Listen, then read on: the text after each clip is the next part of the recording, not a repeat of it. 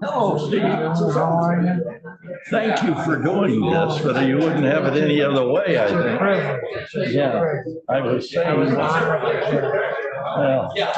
was honored that you accepted it, you did. I'm talking to John Pusey's wife there.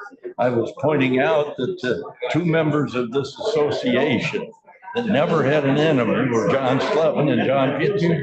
Yeah.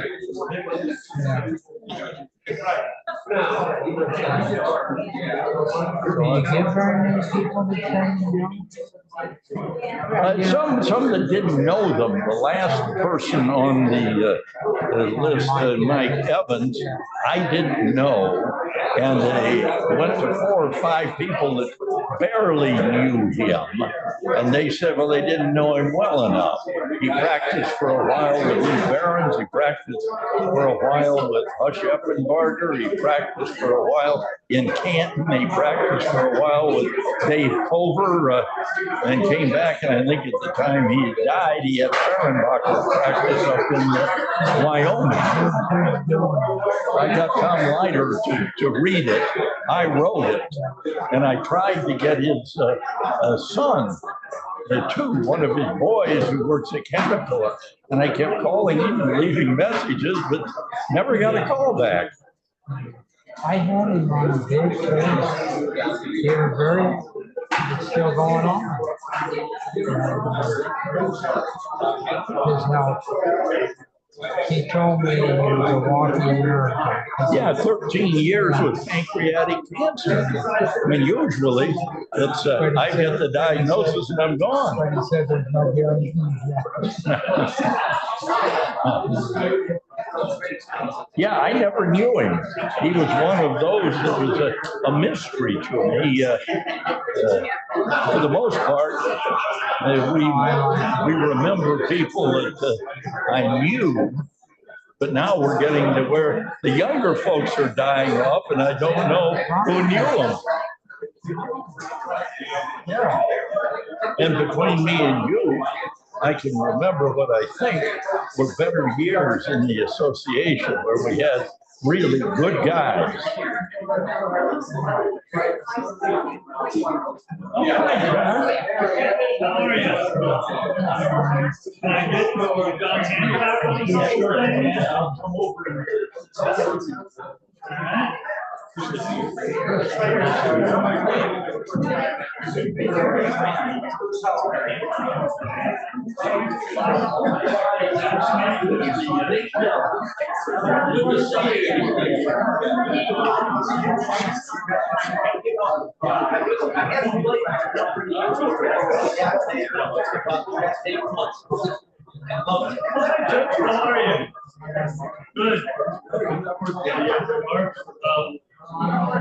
Good.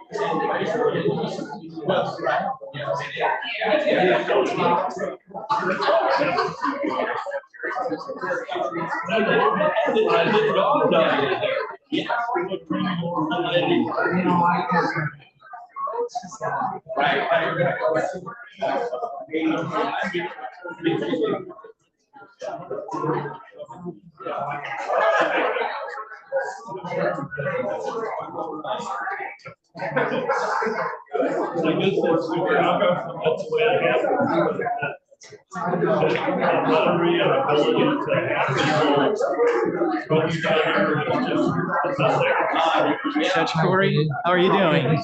Good to see you. Are you presenting? Yeah, on behalf of Fred School. Mark, It's been a long time. yeah. How you doing? How about you?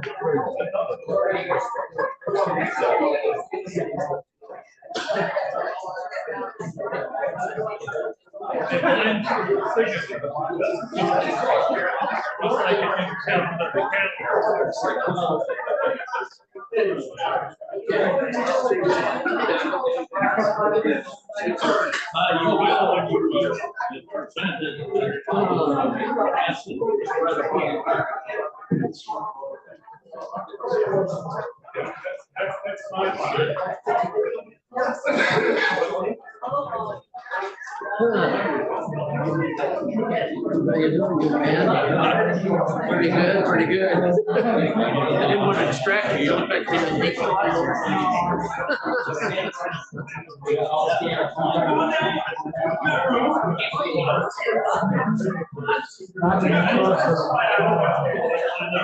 you're like me hanging in there.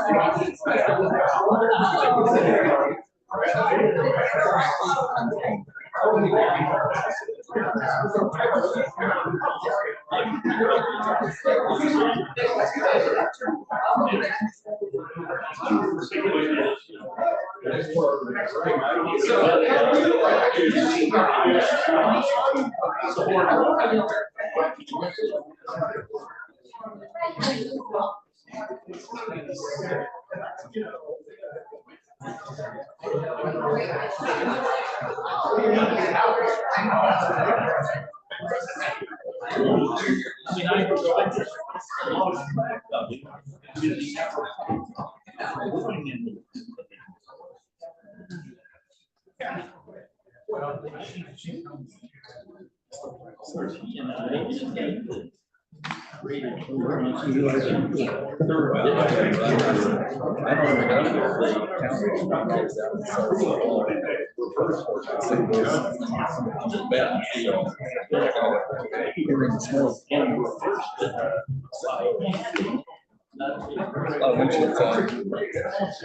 Yeah. Find some way of doing two things at once.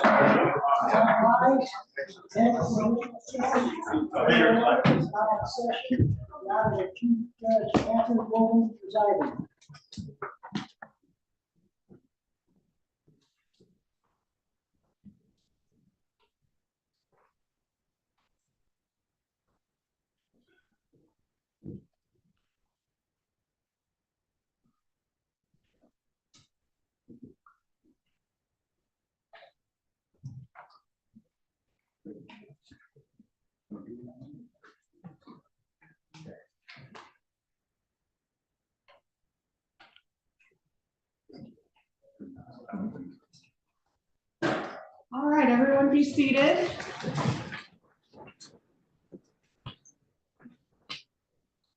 Welcome, family, friends, and honored guests. We've got retired judges, Black, Judge Bodie, Judge Borden, Judge Collier, Judge Lyons, McCuskey, Judge Nevenoff. Active judges, thank you for taking the time from your busy dockets to be here, including Judge Holly, who's here from up the street. We're here for the memorial service for the Peoria County Bar. The records for these services date back to 1911, and I want to thank Dave Miller, who's been an integral part of this observance for decades, and Stephanie Bittner, PCBA, and court administration. This is also being recorded so that anyone who can't be here can watch the ceremony. The lawyers and judges who we've lost this year are interwoven into our legal community and have had a deep and lasting impact. With each passing year of this memorial service, I'm reminded of the professionals who were here when I started my career and who I had the privilege of serving. And those professionals knew how to improve problems, knew how to treat one another with respect, and knew how to disagree without being disagreeable, my dear dad would say. In the tradition of the 10th Circuit's collegiality, their legacy is what we commemorate here today. And with that, I'll turn the service over to Dave Miller. Thank you. May it please the court, members of the judiciary, members of the Peoria County Bar Association, and friends and families of those whom we honor today.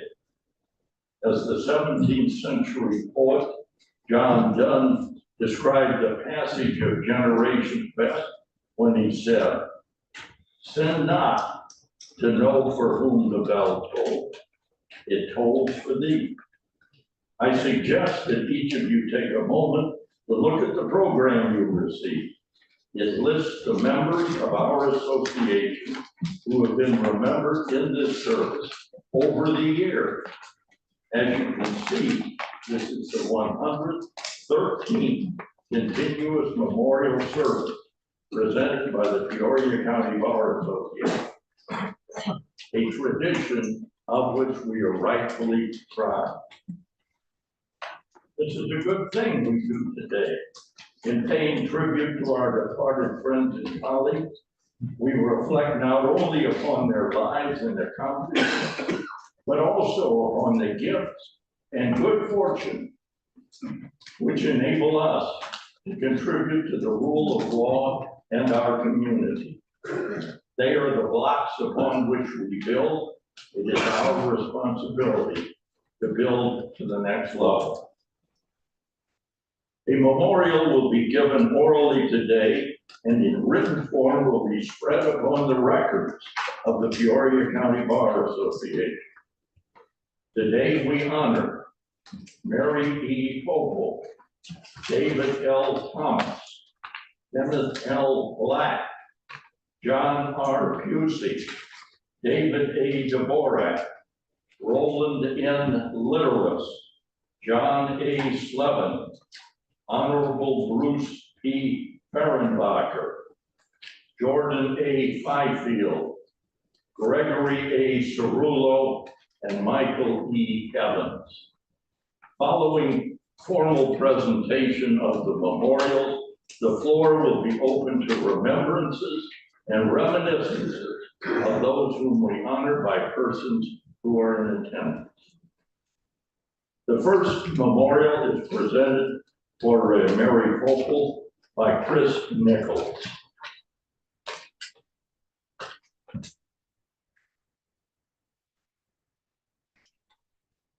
Cozy courtroom here this afternoon.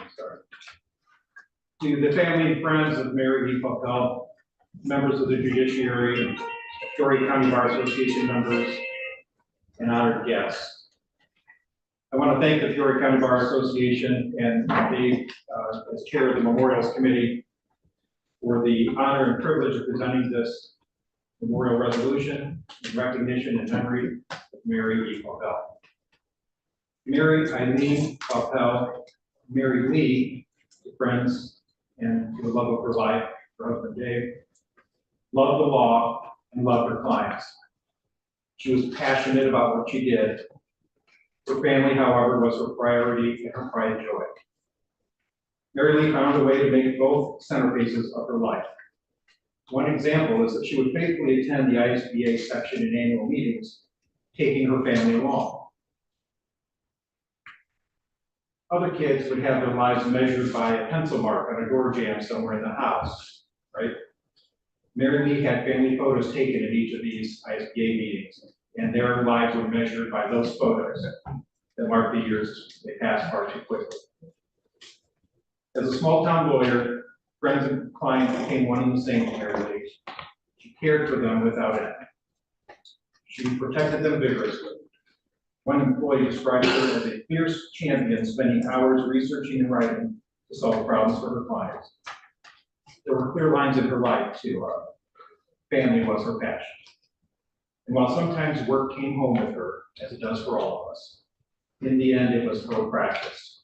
And she would remind her husband Dave that he's a farmer, not a lawyer. he knew to stay in his lane. Mary Lee grew up in suburban Chicago, the oldest of 6 sisters. Her purpose in life was to shepherd, support, and guide those she cared about, of which there were many. Throughout her life, her family and friends relied on her sage advice and to comfort in her leadership. So it was no surprise to any of them that she wanted to attend law school following graduation from Western Law. It was while she was studying law that another topic caught her up, that of David Sherritt, who was working at the Board of Trade. The city girl knew there was something special about the country boy. They had a faithful lunch at the Broker's Inn, and the love affair soon blossomed. As Dave will say, the rest is history. She graduated from John Marshall Law School, then followed Dave to Eureka, Illinois, where they started a family. She first worked for RLI, then practiced in the Peoria firm of Cusack and Fleming, then briefly in another partnership before hearing the call to open an office in Eureka, where she practiced for some 30 years. While in Eureka, she stayed connected with lawyers from this bar association and the ISBA. She was active in the real estate and estate planning sections, as well as diving deeper into various other disciplines within the law from time to time. She maintained contacts throughout the state, but as was true with every other aspect of her life, they were as much friends as they were professional colleagues. For clients, well, I personally have the privilege of seeing how much they adored her and trusted her. They quickly referred their children, parents, friends, neighbors, anyone they knew to Mary Lee for legal work. Her practice grew as did her devotion to the community of Eureka. She was active in that community and very active in the lives of her children, Evan and Chase, of whom she was so very, very proud. They brought much joy to her life. When I ask someone how they got to know her, frequently the answer is through our children or through church. Mary Lee was a devout Catholic and enthusiastic member of St. Luke's Parish in Eureka and St. Michael's Parish in Waterloo. Those who know Mary Lee know that she was an organist.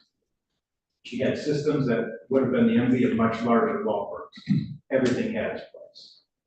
As new interns or employees came on board, she patiently showed them her method. She was passionate about the practice of law. She also knew how to get things done, or to find somebody who knew how to do it for her to meet her goals. One of her clerks credited Mary Lee with teaching her how to befriend everyone she knew at a government office. Mary Lee did this because that's who she was, but it also helped get things done. While I did not know Mary Lee as long as some of you here, I quickly came to admire and appreciate her. I miss her, I know many of you do as well. And I can personally attest that in Eureka, Illinois, this is Mary Lee's life. Mary Lee passed away peacefully on May 2nd, 2023, surrounded by family, survived by her husband, David Shearer, children Emma and Chase, and sisters Patrice, Kathy, Sue, Jean, and Janet. Dozens of beloved cousins, nieces, and nephews, hundreds of lawyers, clients that were honored to know. So therefore, be it resolved that the membership of the Peoria County Bar Association expresses its deepest sympathy on the passing of our colleague and friend, Mary E. Patel, as well as our deep appreciation for her life well lived, her passion for the law, her compassion, and her friendship. Be it further resolved that the Secretary of the Peoria County Bar Association shall forward a copy of this memorial resolution to David, Mary Lee's husband, and to her children, and Chase. Respectfully submitted the 23rd day of May, 2020. May it please the court. I ask that this be spread record. Thank you, Chris. The next memorial is presented for David Thomas by retired Judge Brian Nemenoff.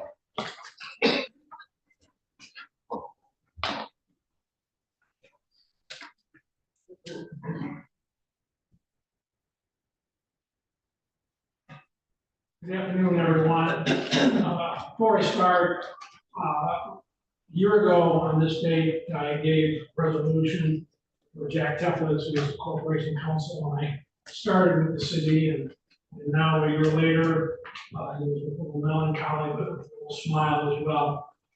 That I do the same for Dave Thomas, who was corporation counsel after Jack left, and made me think, again with melancholy and a smile, who we lost from those days. Mayor Carver has died fairly recently.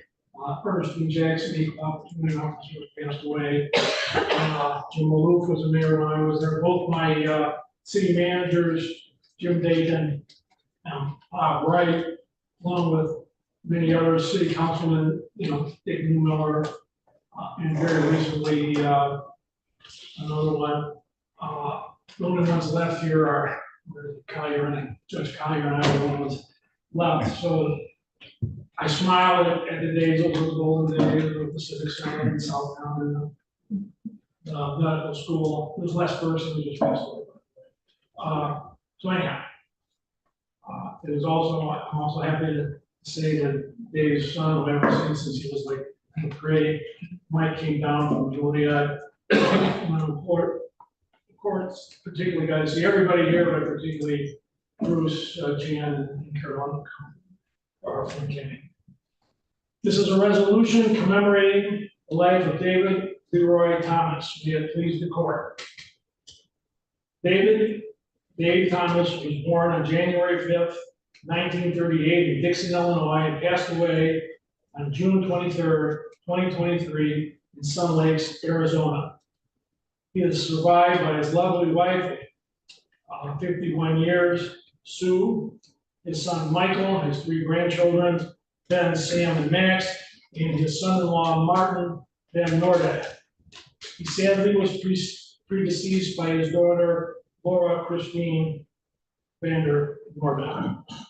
Dixon High School, he played football and baseball and was the first chair trumpet in the band, as well as playing in the Dixon Municipal Band. David attended University of Illinois, earning a degree in general engineering. He was a Sigma Chi and Navy ROT scholarship holder.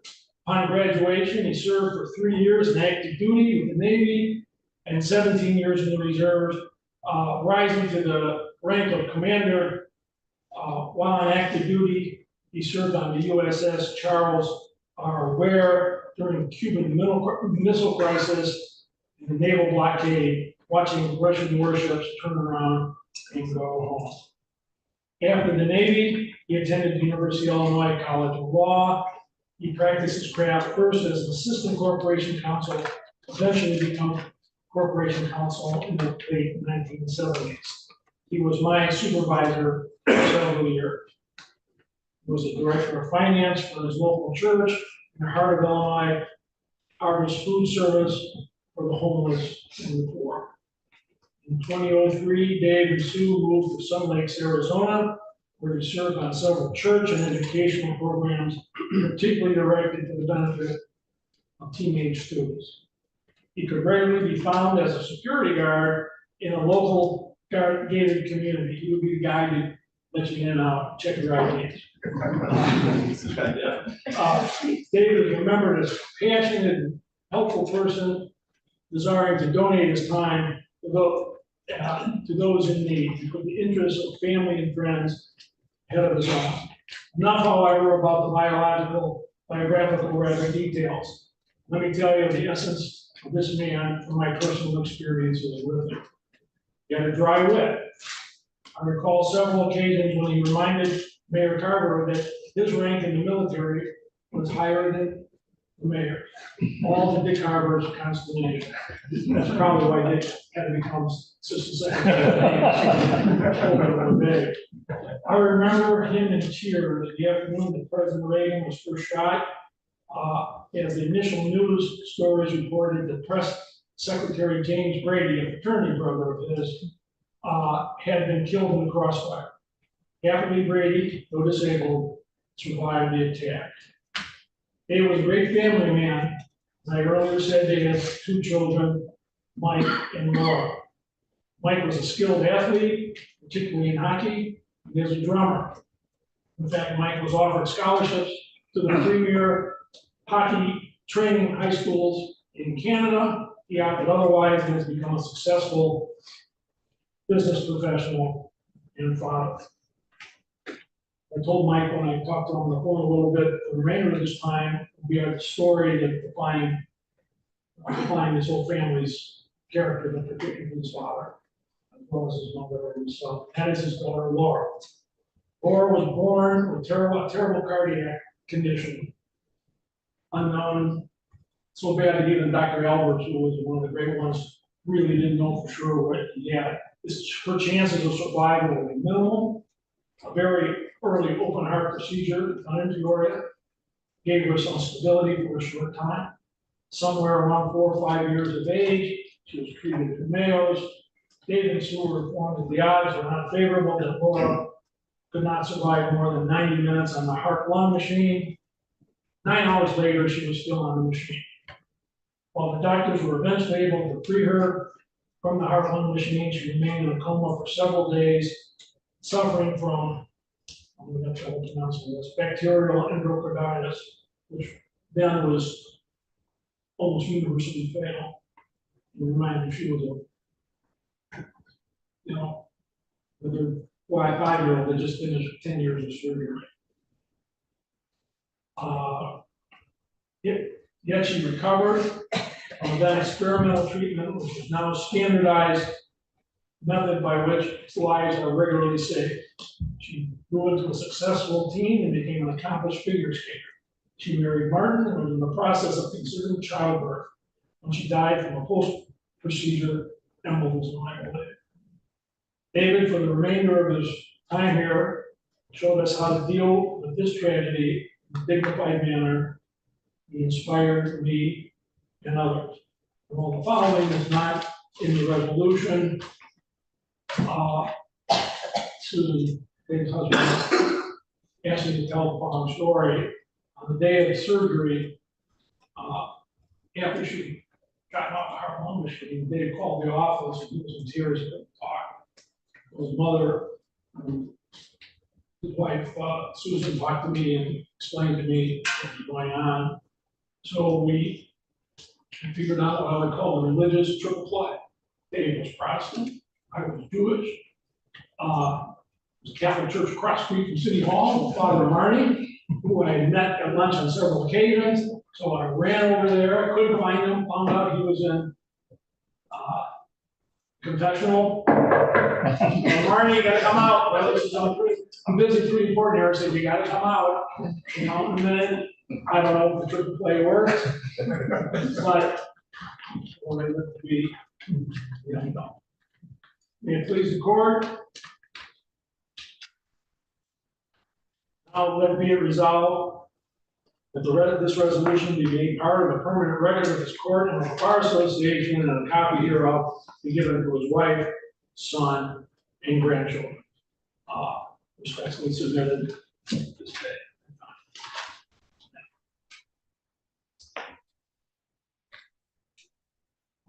Thank you, Brian.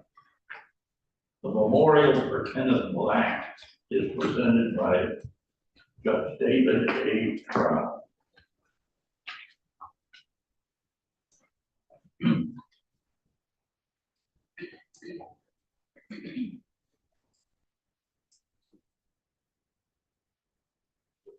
Thank you, Mr. Miller. To the family and friends of Kenneth L. Black, members of the district, the Peoria County Bar Association, guests, Chief Judge Dorman, may it please the court.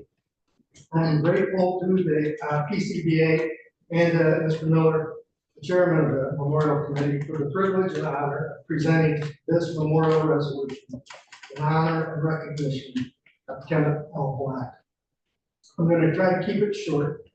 I'm sure Ken would prefer that. Thursday afternoons were for playing golf, fishing Crow Creek, and running bird dogs. That's a beautiful day. Ken died on Tuesday, August 22nd, 2023, at OSF Richard L. Owens Hospice Home, under the care of his family and the hospice. He was born in Peoria on December 5th, 1942, to Kenneth W. and Edith Lowry Black, and he lived most of his life in Washington. At Washington Community High School, he was an outstanding athlete, lettering in football, basketball, and baseball.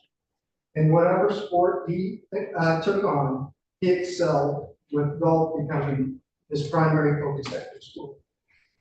In addition to his athletic prowess, Ken was an avid outdoorsman with a love and respect for nature. Fishing, hunting, and working with his hunting dogs became his lifelong avocations.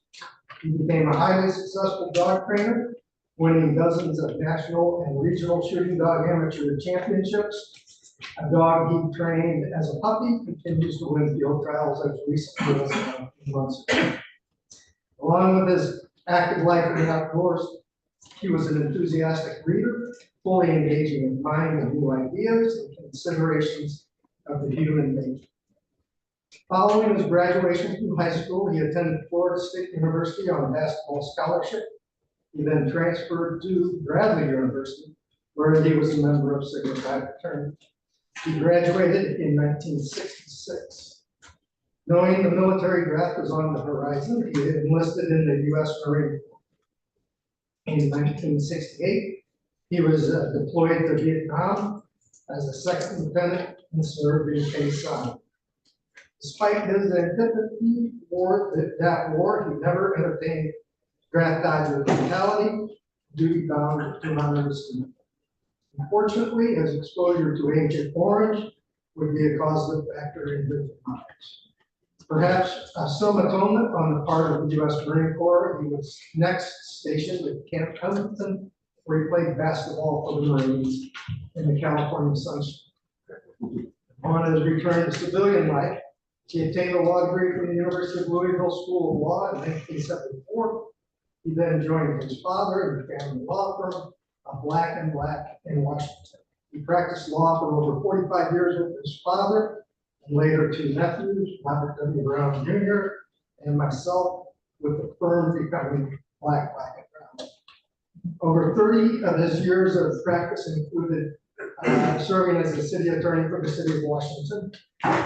In 2001, the Tazewell County Bar Association honored him with the Volunteer of the Year Award for his generous pro bono. As an attorney, Ken aspired to the highest ideals of the law and remained loyal to that intent all of his professional career.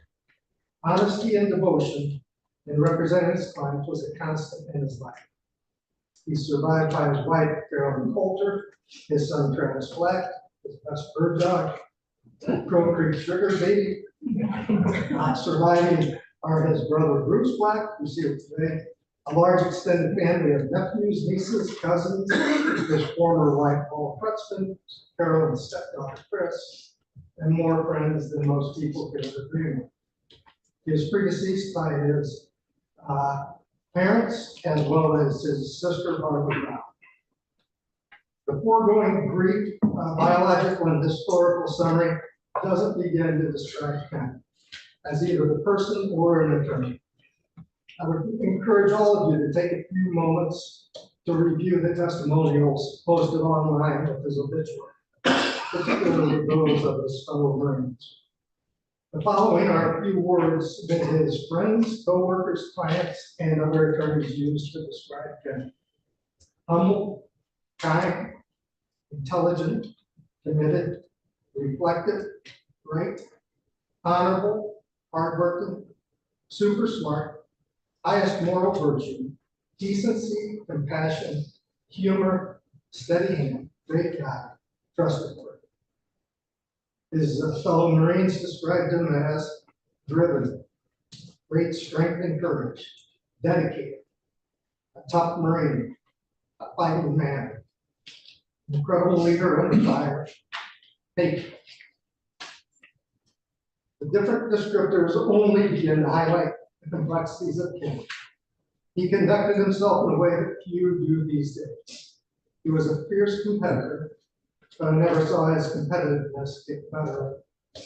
He rarely sought attention for himself. If you wanted to know what field trial he or one of his dogs had won, you'd have to cry it out. He was generally more interested in hearing about what you had done than what he had. He was willing to listen to differing viewpoints and was sometimes willing to express his own. As Judge Gorman says, he had a way of disagreeing without being disagreed. He touched many lives, including my own.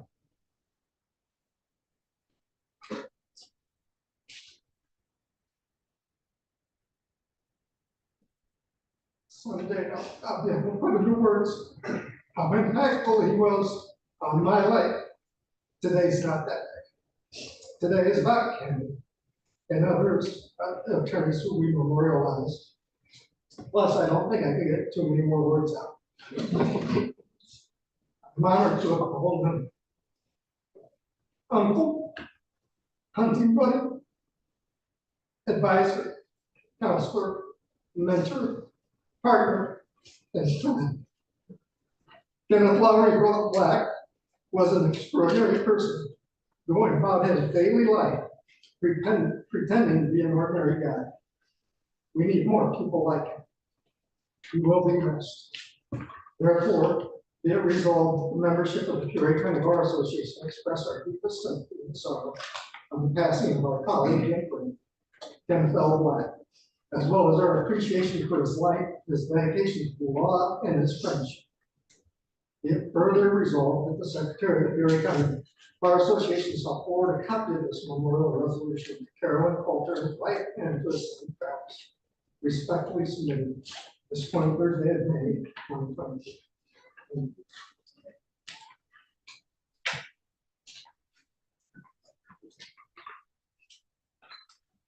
Thank you, Judge Brown. I might make the observation, having done this for, I don't know, going on 20 years now, I guess. Every time I stand at this podium, it doesn't seem possible to me that these our friends and colleagues are no longer with us. We are blessed by these memories and these remembrances. The next memorial is for John Pusey and is presented by John Fraser.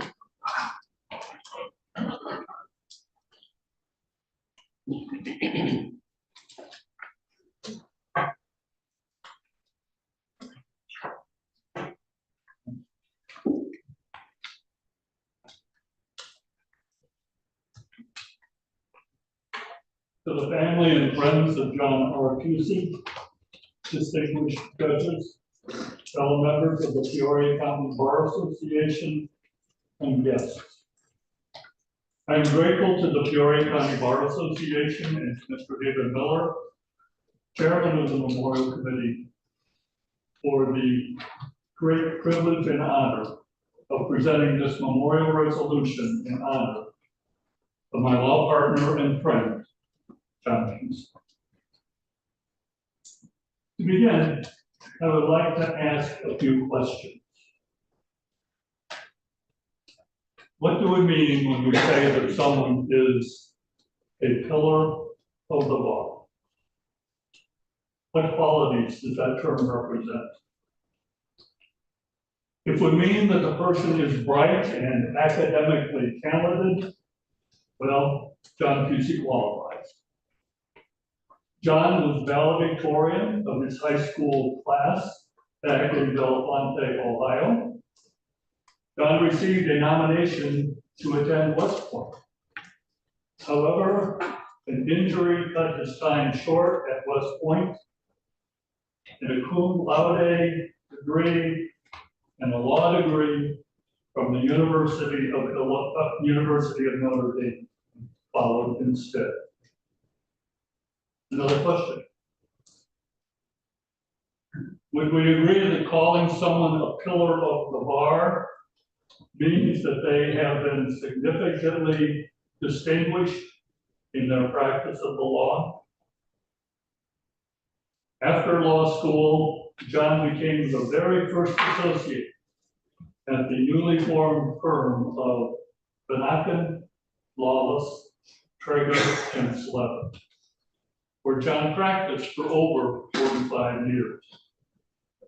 During his distinguished career, John provided well-reasoned advice and skillful advocacy to thousands of clients, primarily in the area of family law. As one indication of his skill, John argued two different cases, setting case law precedents, one in the Illinois Appellate Court and one in the Illinois Supreme Court.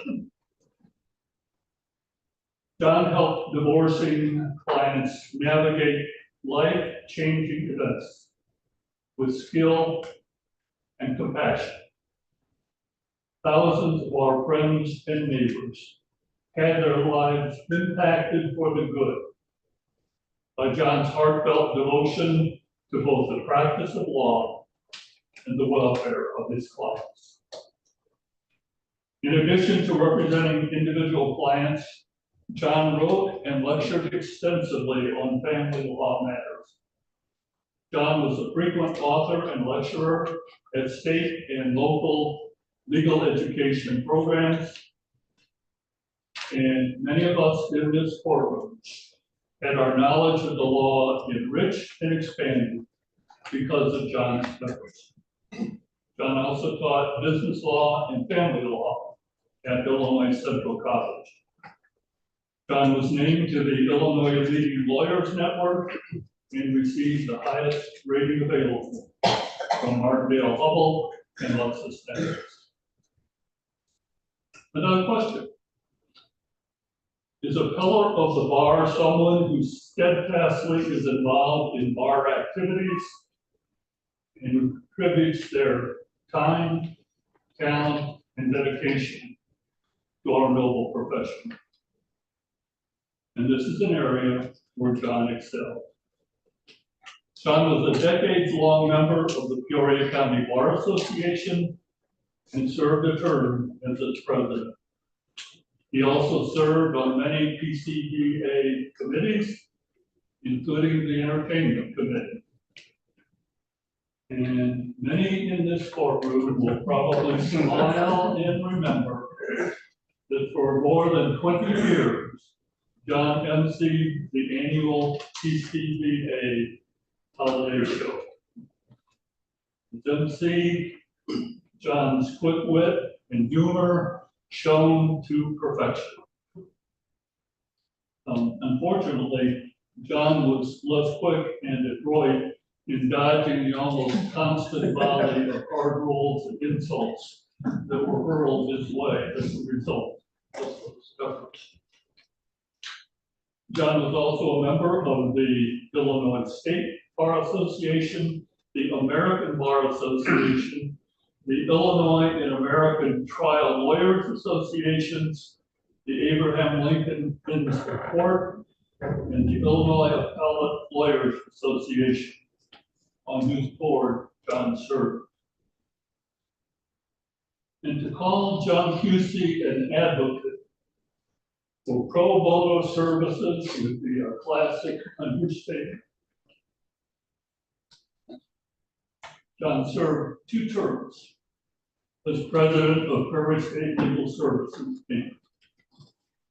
John received the Thomas McAndrews Award from the State Board of Prairie State. John received several additional recognitions from Prairie State, including the Pro Bono Lawyer of the Year Award and the Heroes for Justice Lifetime Achievement Award. Lifetime Achievement Award for representing the disadvantaged. What a powerful reflection of John Pusey's legacy. John was a board member and past president of the Illinois Valley Mental Health Association, a member of the Peoria Area University of Notre Dame Alumni Association, for which he received a Person of the Year Award. And he was also a member of the St. Thomas Parish Council. And John had many, many other contributions to the community that will just have to fall into that too numerous to mention category. John was a deeply spiritual person who had a strong religious faith. This led John and his wife Pat to spend years in loving, dedicated, and unheralded service before through their involvement with the St. Vincent de Paul Society and St. Thomas Church. John was married to his wife Patricia, of whom he spoke lovingly and frequently, and they were married for 54 years. John and Pat are the parents of 3 children, and he is also survived by 7 grandchildren, as well as many other family members, and understandably, countless admirers. John was a well-rounded individual and had interests in so many different areas. John considered his golf game to be fairly lousy, although he did once hit a hole-in-one, and was flabbergasted because his partner dumped a tee shot in a pond, and sadly, the 2 of them did not win. The above paragraphs will hopefully give a snapshot of John Pusey's life. But perhaps the best summation we can give for John's life is to quote the words that John himself penned shortly before he died in his closing argument. In that closing argument, John said in part, "The day never goes by when I do not thank God for the gift of life, for Pat, for the love of our children and grandchildren. I have been very aware of my blessings. I have no regrets." But we have the regret that John no longer walks this earth with us. John is now, as he described it, in a place where lilacs bloom all year round, where baseball games are played on venues that bring memories of Wrigley Field and Fenway Park, and where John tells jokes that are never old and always funny. And in answer to the questions I posed, in 2022, John Roger Pusey was recognized by the Peoria County Bar Association as a pillar of the bar. I am proud to have known John R. Pusey and to have called him my law partner and, more importantly, my friend.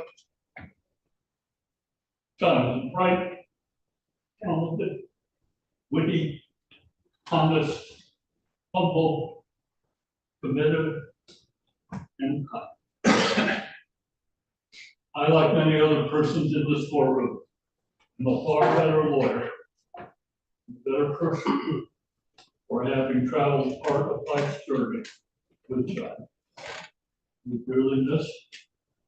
You will forever have a warm place in our memories and in our hearts.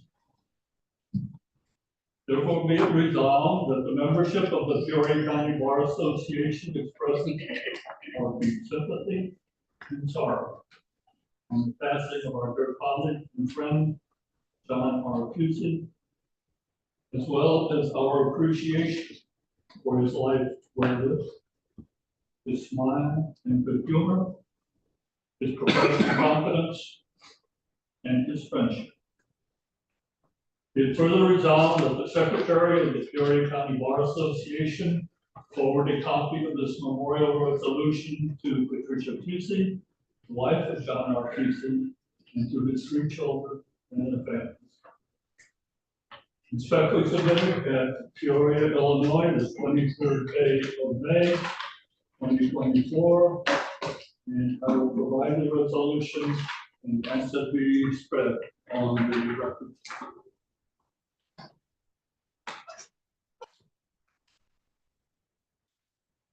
Thank you, John. At this juncture, I must add that in 20 years of experience, I have never had anyone that called and tell me who they wanted to present their memorial. I didn't know that John Pusey was ill until he called and he said that he wanted his friend John Brady to do the memorial, and I noted it, and thank you, John. The next memorial is for David Dvorak, and it is presented by Mark Skaggs.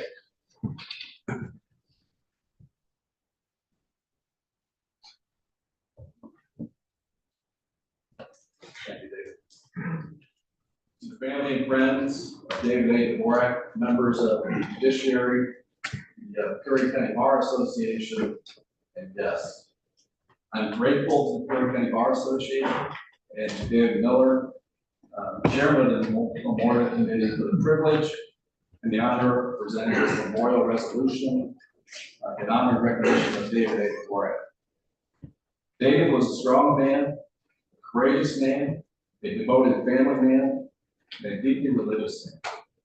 David loved God, his family, and his country in battle order.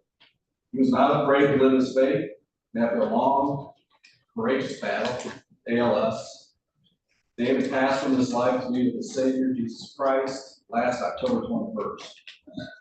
He was a member of the Glad Tidings Assembly of God, Church in East Peoria. For more than 10 years, David was also the leader of a prayer group known as the Foot Soldiers in Prayer on Bond Lake Drive in East Peoria. He was also involved in the Peoria Casino. David was born in Peoria, married Patricia in 1964, and they were together on this earth for 58 years. Patricia passed away less than 2 months after David did, and so now they're eternally together again. Prior to his marriage, David enlisted in the United States Army at the age of 17.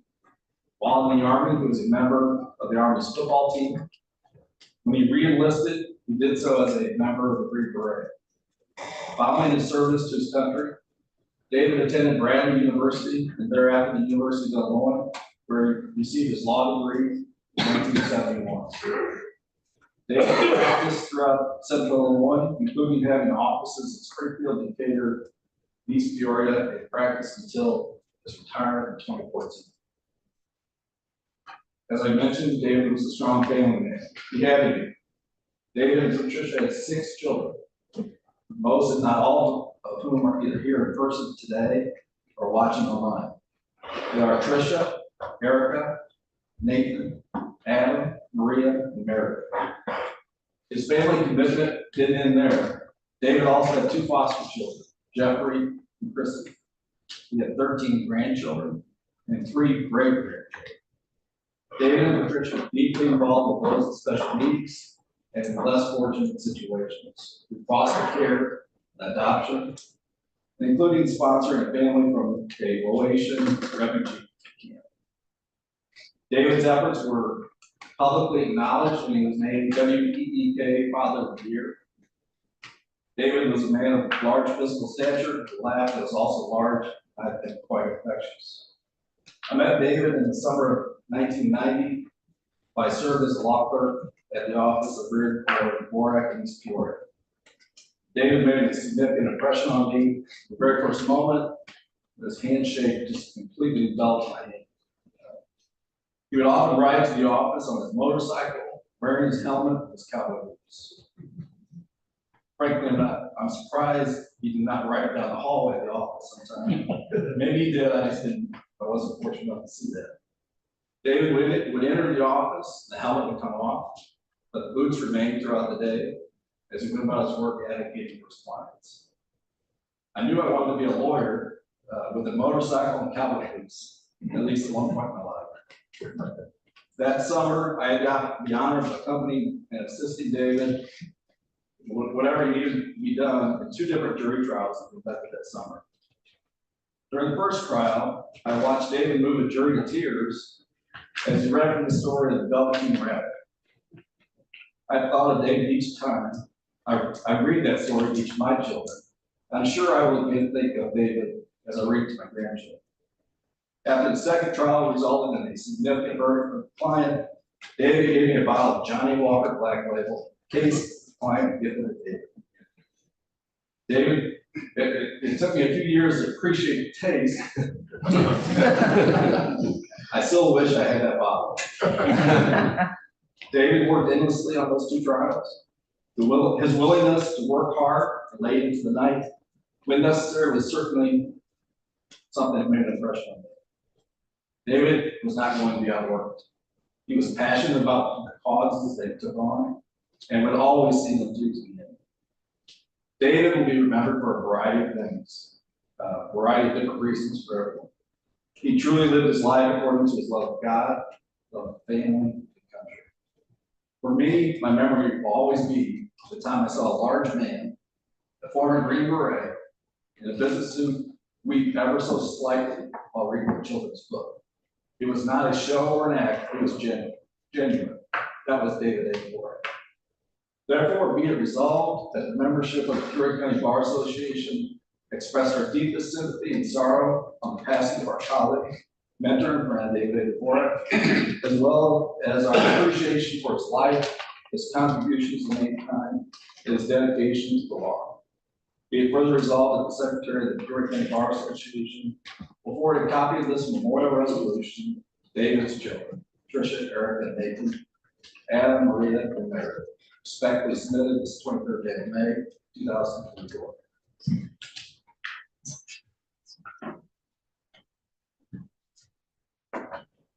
Thank you, Mark. Next memorial is Roland Ron Litteris, Robert Ball.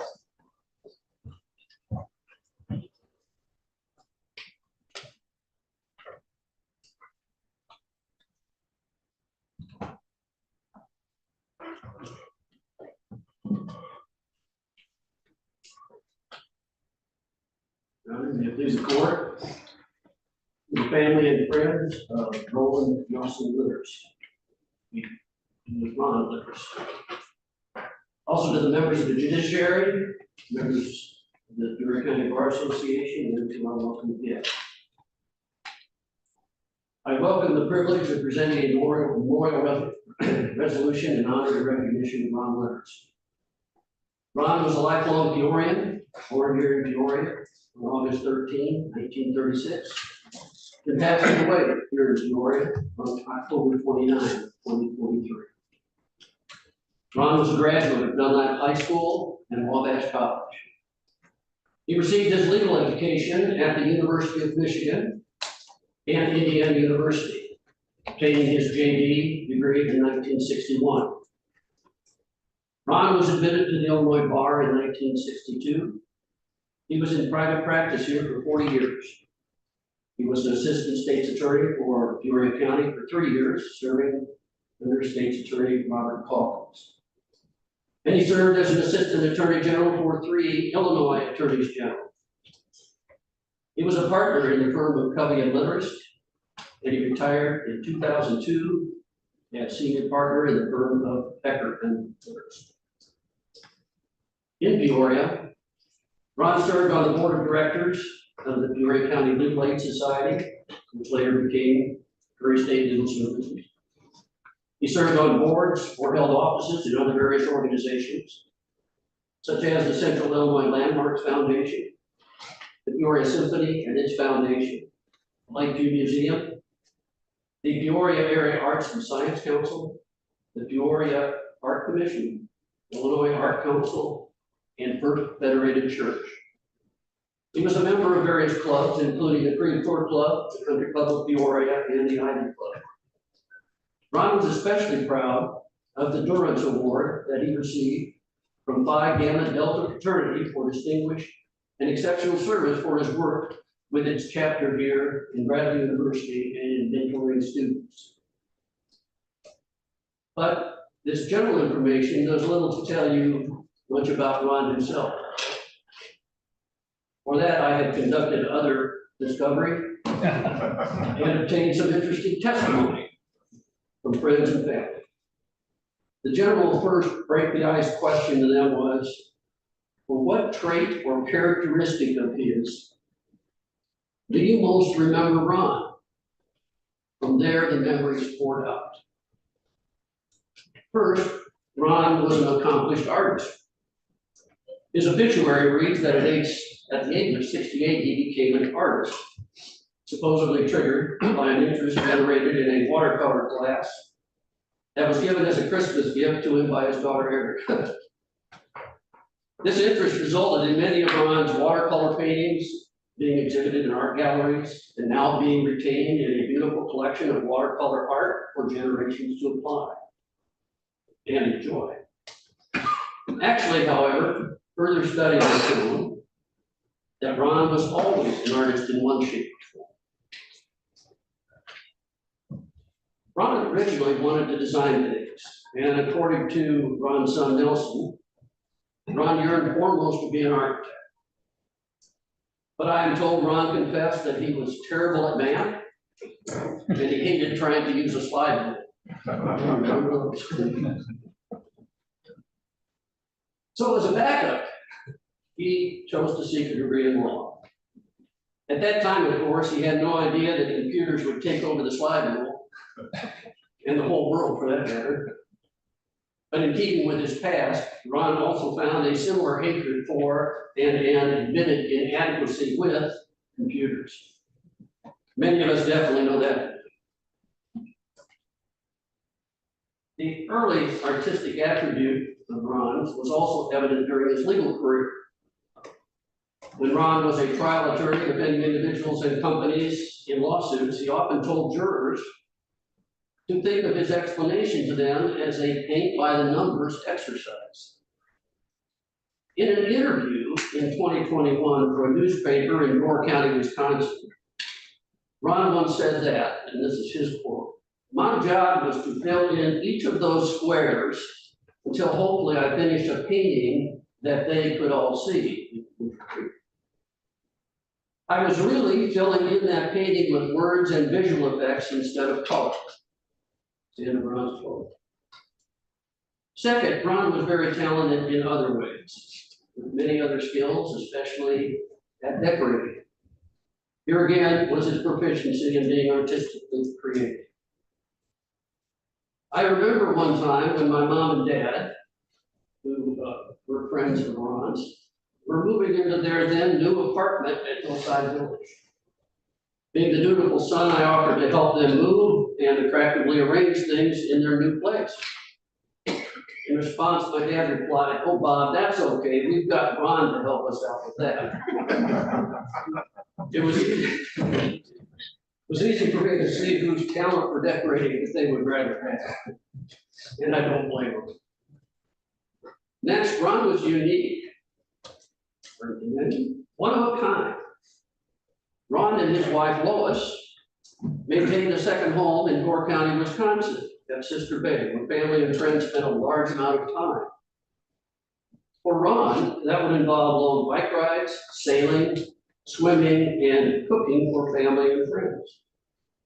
But also, Ron was known to at times just walk down to the dock at the lake, jump in the water, and take a bath. He was said to have freaked out neighbors, not because of any worry as to whether he had on clothes, but because they were worried that he might be polluting the lake with his bar of ivory soap. Ron was also an intense person. If he was involved in anything, he was in it with many up to his ears. That for many made fun things even more fun. In these following words of Tom Leiter, our fellow friend and lawyer, and I quote Tom, "I must say that my affection for Ron really took off when you designed and sponsored a Charles Dixonian 40th birthday party for my wife, staged in a vacant mansion of Grandview Drive, complete with chandeliers, cobwebs, and rotten fruit." I remember him giggling in delight as he set the table. That's the end of Tom's quote. My own remembrance of Ron's intensity and his being up to his ears in something, there was one time he was explaining to me about some topic in which he was deeply interested and that he wanted to share with me. We were eye to eye. Something distracted me, so I looked to the right. Ron moved to my right so I could keep an eye-to-eye contact. Then, all of a sudden, I moved my head back, center. Ron moved back, always making sure that he had eye-to-eye contact. I moved my head back to the left a little. He kept dancing back and forth and back and forth. He was extremely intent on making sure that I had his attention in order for him to make sure that I fully understood the topic. He was that intense and wanted to make sure you understood what he was saying. Now, with that said, I am really not that sure that I can point to much of Ron's success with me in that particular moment. Ironically, to this day, I still can't remember what the heck he was talking about. To several, Ron is said to have been a bit stubborn. It is reported that he drove himself to his doctor's office during his first heart attack, to the extreme dismay of his doctor, Abel Lasher. For Ron, his determination overruled his better sense to let an ambulance take him. Ron is also reported to have not been the best driver, and with an attitude, as he himself is said to have declared, if people don't like the way I drive, then they should just get off the road. Also, even against better judgment, and even in his later years, he was not going to let younger people outdo or outdare him. Whether that be with his fearlessly sliding down an icy hill on a piece of carpet pad, or completing any other physically challenging project. He liked to say in such instances, not bad for octogenarian, right? Overall, Ron was a devoted family man and a loyal friend. To conclude, and to just simply put it, Ron was a wonderful person. Therefore, Your Honor, will you please support, I would respectfully submit, place on the records of the report of the Peoria County Bar Association the following resolution. Be it resolved that the members of the Peoria County Bar Association express our deepest sympathy and sorrow for the passing of our colleague and friend, Roland Nelson Litters, as well as our appreciation for his life, for his dedication to his family, to his friends, and to the law.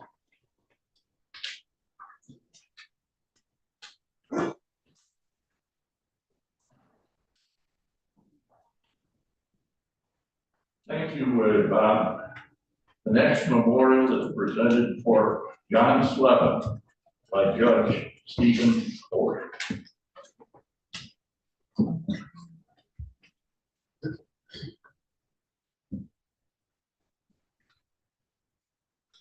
Good afternoon.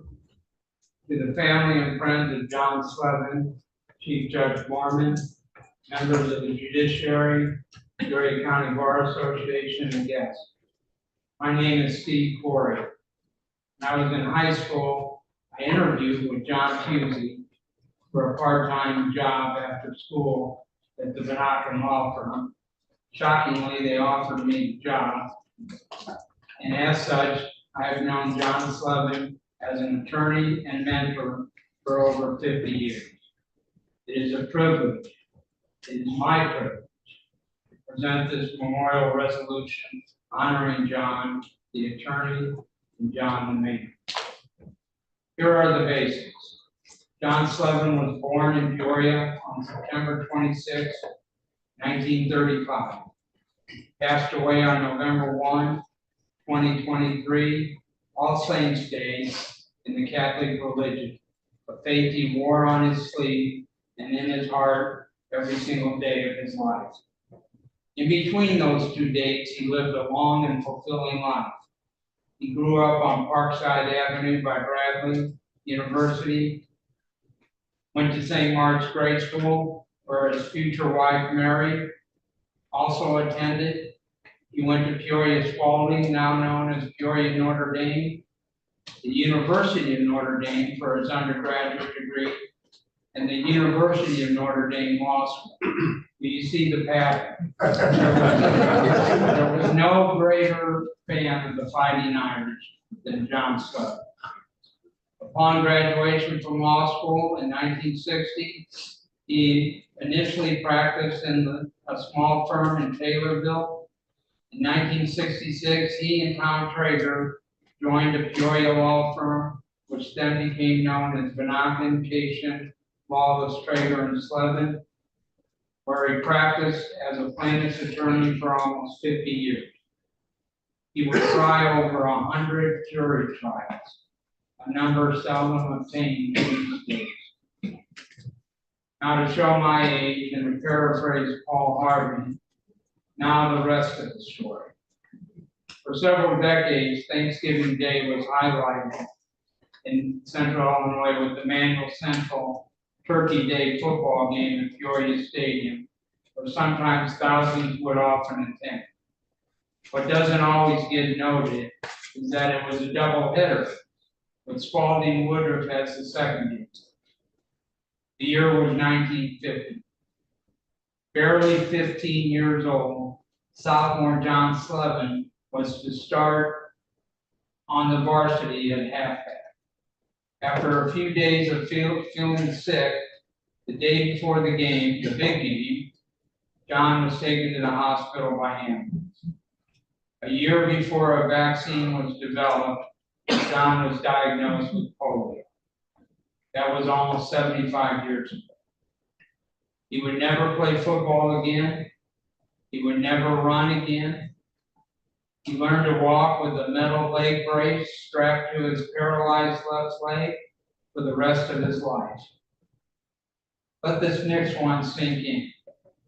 He taught himself a certain way to fall so that he could get back up on his own when he did in fact fall. John was in the hospital for over a year. Some of the students from Spalding and Academy of Our Lady would regularly walk to the hospital after school and visit John. Mary Hurst was one of those students. When he ultimately was discharged from the hospital, leg brace and all, he asked Mary out on a date. Mary said yes. While in college, he eventually proposed to her at the Grotto of Our Lady of Lourdes on the campus of Notre Dame. Again, Mary said yes. They were married for over 66 years. They have 8 children, 13 grandchildren, 17 great grandchildren. Many are here today or watching on the internet. Special welcome to all of them. I met with Mary and 3 of their children and asked what John said when he talked about his disability, about the challenges he had, what he lost because of polio. To my surprise, they said throughout his life, he never brought the subject up. I was referred to a recorded interview daughter Maura did with him on his 80th birthday, wherein she asked him about living with the challenges and aftermath of polio. What he said reveals the type of person and the type of lawyer we saw every single day at the office. This is what he said, quote, "I think it has affected my life in many ways positive, much more positive than negative. It made me become more understanding of people who have difficulties. I'm convinced I wouldn't be lucky to marry Mary." End of quote. I would be remiss if I didn't mention that in his law practice, John actually did what we all say we should do, but often fall short. He didn't allow work to interfere with family. John made efforts to include his family in his work time, but not vice versa. There was the somewhat amusing time, for example, that he took 2 of his children at the ripe old ages of 7 and 8 years of age on a plane ride to St. Louis, where he had to take a deposition. In an era before cell phones, he simply dropped the 2 young children off, again ages 7 and 8, on their own at the St. Louis Zoo with the $20 bill, while he went off to take the deposition. Somehow they all managed to arrive on time. There were the annual 2 to 4 week family vacations to Michigan on the lakes. There would be no daily phone calls to the office. And believe it or not, no television was in the house. Family always came first to John. The John Slevin I knew would probably prefer that I not mention his physical disability, but I chose to do so because the John Slevin I knew touched so many people in his practice as a result. A lawyer he knew had a young wheelchair-bound child and asked John to speak to the son about overcoming challenges. Instead, John took the time to spend 2 memorable days on the golf course with him, showing him that things others may think are impossible are indeed possible. That young man, my son, ended up being a lawyer. There are other untold examples. Our bar association is so much better and stronger because John Slevin was our member. Therefore, be it resolved that the membership of the Peoria County Bar Association expresses our deepest sympathy and sorrow on the passing of our colleague and friend John Slevin, as well as our appreciation for his life, the example he set in his life and in his law practice, his dedication to the law, and his friendship. Be it further resolved that the Secretary of the Peoria County Bar Association forward a copy of this memorial resolution to Mary Slevin, his wife.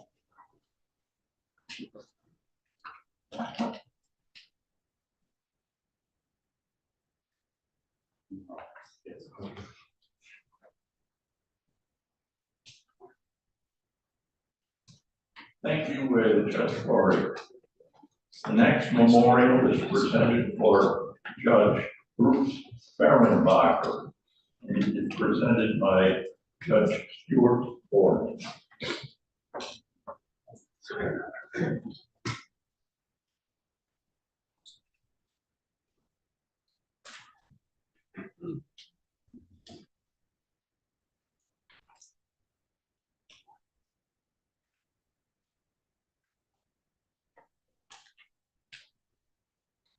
afternoon, everybody.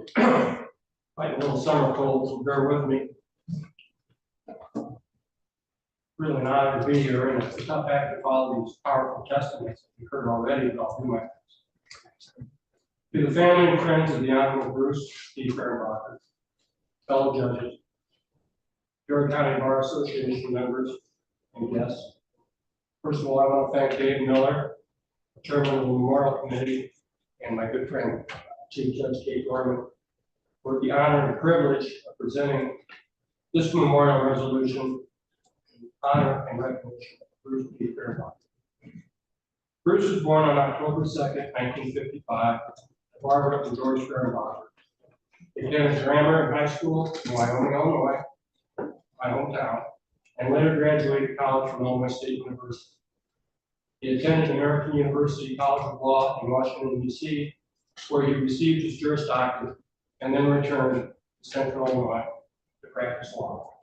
More importantly, he married Mary Kay Rockman on June 15, 1979, and she survives him as well as their daughter Olivia, Olivia's husband Michael, and grandson Noah Fehrenbacher, son Michael Bruce. Bruce grew up in Wyoming as the youngest of 4 children. His father, George, was a well-known and outgoing veterinarian in the county, everybody knew George. And his mother, Barb, was a devoted mother and community volunteer, everybody knew Barb as well. I was very good friends with Bruce's older brother, Rick, who was an attorney. And Bruce, being 4 years younger, was our tag-along in some of our exploits. I'm afraid looking back, he probably weren't the best role models for Bruce to survive and prosper. Bruce was very good company, even when he was a little kid. And had a very dry and funny sense of humor. After law school, Bruce came back to Central Illinois with Bob Potts for several years. We're moving back to Wyoming and opening a solo law practice. His brother Rick later joined him in that law firm. Bruce was smart, hardworking, and very computer savvy. He was definitely ahead of his time regarding technology and the law. Along with a very reassuring personality and good people skills, Bruce developed a successful law practice with many other clients. He was also a longtime city attorney in Wyoming and for Frankfort, Illinois. Bruce was elected Stark County Resident Circuit Judge in 2018, and as a mature and long-practicing attorney, he quickly became recognized by the local attorneys as an excellent judge, and some of them wanted to hear before. He had a good grasp of the law and a natural empathy for those who appeared in front of him. He was widely respected by the attorneys, litigants, and fellow members of the judiciary. On a personal note, I'm very proud to have Bruce succeed me as Stark County Judge, and I know my daughter, Carolyn, excuse me, is also very proud to follow in Bruce's footsteps. Bruce enjoyed swimming, was an avid reader, loved his pets. He was a devoted husband, father, and grandfather. He was my friend, he loved his way too soon. He will be missed and finally remembered by all those who have good fortune to know him. And off script, Bruce long aspired to be a judge.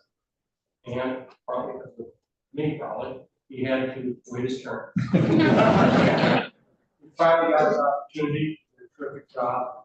It's just an absolute shame.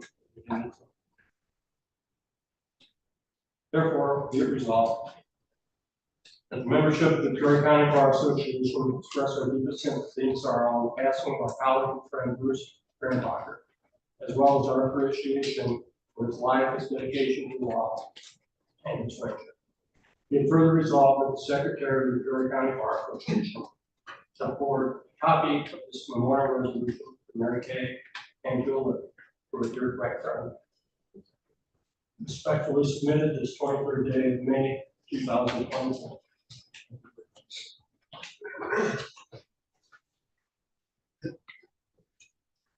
Thank you, Judge Gordon.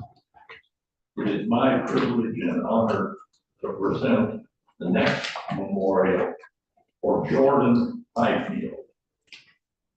I am honored to present this memorial for my good friend and colleague in the law, Jordan Highfield. With Jordan's passing on February 4th of this year, our association and this community lost an able advocate and contributor. In all respects, Jordan was a gentleman whose lively wit and personality contributed to any social or professional gathering. As I reflect back on my hours, literally hours of pleasant conversations with him regarding the practice of law, 2 points of emphasis come readily to mind. First, in all respects, Jordan was a professional. He loved law as a discipline. In that regard, he agreed with Justice Holmes that the life of the law is not logic, but experience. It is that experience which serves as the human architecture by which societies live and grow. Second, and as a corollary, Jordan recognized the law as a calling beyond a mere occupation or means to earn a living. Consistent with that dedication, he worked and succeeded in making the practice and administration of law in this community, our community, better. As a career-long civil advocate, he recognized that truth, to the extent it is attainable, comes from a conflict of divergent facts in the crucible of accepted legal principles and procedures. In these respects, and recognizing Jordan's service to this association and our legal community, he is among those celebrated as a pillar of the Peoria County Bar Association, as well as serving as its president. Jordan was 92 years old when he died, and although retired for a number of years, he was still intellectually absorbed in the law and its development. He was born June 13, 1931, the son of Charles and Louise Fifield. Charles owned the Penny Grocery in Galesburg, where Jordan worked as a child. Ever thrifty, Jordan attributed his understanding of the value of a dollar, which he had, to that mercantile experience. He grew up in Galesburg, where he held a variety of jobs, including delivering blocks of ice to homes where that was still the means of refrigeration. Later, he worked bending refrigeration coils in a local factory, which he referred to as Progress. He attended Western Military Academy in Alton, Illinois, and then returned to Galesburg, where he completed high school. At both the secondary and collegiate levels, Jordan was a starting offensive tackle on an excellent football team. Wearing number 77, he played for Knox College in each of his 4 years there, and was a member of the team that won the Midwest College Football Championship in 1950. Jordan also excelled academically. In each of his high school years, he was a member of the Academic Honor Society. At Knox College, he was president of Phi Delta Theta fraternity and graduated cum laude and Phi Beta Kappa. Following college, Jordan served from 1953 to 1955 as an infantry first lieutenant in the United States Army. In August of 1955, he married his high school sweetheart and the love of his life for over 63 years, Nancy Tucker Fifield. Those of us who knew Jordan well understand that he was serious in selecting his career path in the law, and thereafter succeeded each step of the way. In those respects, 1955 was a signal year. Not only did he marry, but Jordan and Nancy moved to Cambridge, Massachusetts, where he attended Harvard Law School, graduating with his Juris Doctor degree in 1958. With his Harvard degree, Jordan undoubtedly had many employment opportunities across the country. But he and Nancy chose to return to Central Illinois, where they made their home, and he commenced his lifelong practice. Jordan started in Peoria with the firm of Westervelt, Nickel, and Keller. Thereafter, he formed a partnership with Boyd Goldsworthy, creating the firm of Goldsworthy and Fifield. Later, they were joined by John Gorman to make the firm Goldsworthy, Fifield, and Gorman. Throughout his long career, Jordan's practice was concentrated in civil litigation in both the state and federal courts. As he referred to it, Jordan was an equal opportunity litigator, representing both the plaintiffs and defendants in injury, death, contract, estate, trust, and commercial cases. He also maintained an active real estate and probate in practice, inheriting a number of transactional clients when his partner Boyd Goldsworthy died. During his litigious career, Jordan was recognized as both an able advocate and a student of the law. He represented his clients zealously, but always as an officer of the court. He argued his positions aggressively, but without losing sight of civility and respect for opposing counsel. From personal experience, I had the highest regard for Jordan as an opponent, as counsel for parties on the same side, and as my expert witness in a significant trust case against First Galesburg National Bank and Trust Company, where with his able assistance, we were able to get both seven-figure compensatory and punitive damage awards and prevail on appeal 3 times through the 3rd district. After well over 50 years of active practice with Goldsworthy, Fifield, and Gorman, Jordan finished his career as of counsel to the firm of Kavanaugh, Scully, Pseudo, White, and DeFrederick. There he continued as a litigator, but expanded his interest in transactional matters and probate. Before her passing, Jordan and Nancy were married for 63 years.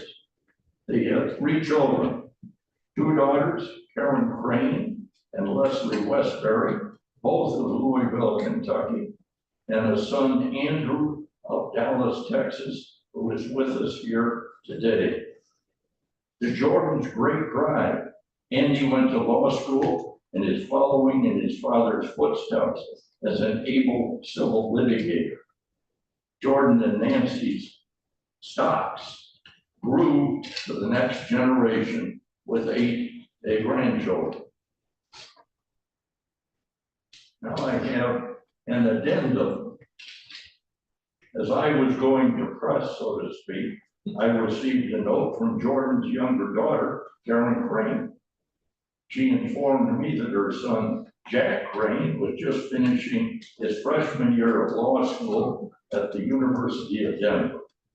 In that regard, she also pointed out that Jack and Jordan shared FaceTime over freshman law school curriculum, particularly contracts, which neither particularly cared for. In her note, Karen added that Jordan felt that it was significant that 3 generations of Fifield kin had come to our profession.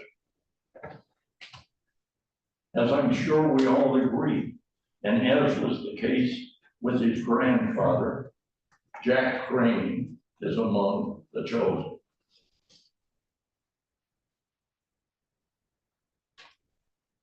While absorbed in his practice, working Saturdays when that was still the rule, and enjoying his family, Jordan found time to continue his general education, reading widely in biographies, historical fiction, and history.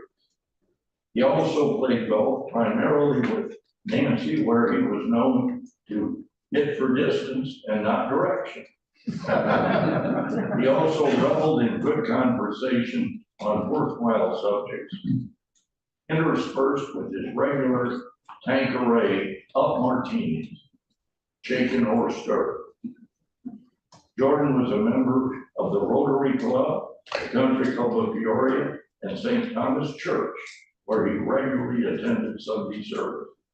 He also enjoyed vacations, particularly in areas adjacent to the ocean, such as Johns Island and Sanibel Island, Florida, where he enjoyed the beach immensely.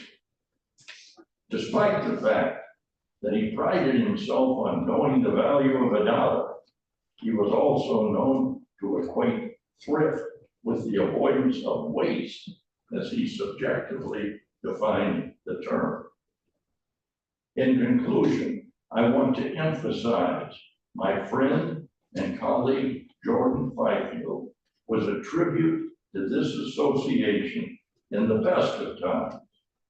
In his dealings with others, he wanted to be remembered first and foremost as a gentleman. He succeeded. Therefore, be it resolved that the membership of the Peoria County Bar Association express our deepest sympathy and sorrow on the passing of our colleague and friend, Jordan Fifield, as well as our appreciation for his life, his dedication to the law, and his friendship. Be it further resolved that the Secretary of the Peoria County Bar Association spread this memorial upon the records of the association and forward a copy of this resolution to his children, Andrew Fifield, Leslie Westbury, and Karen Crane. Respectfully submitted this 23rd day of May 2024.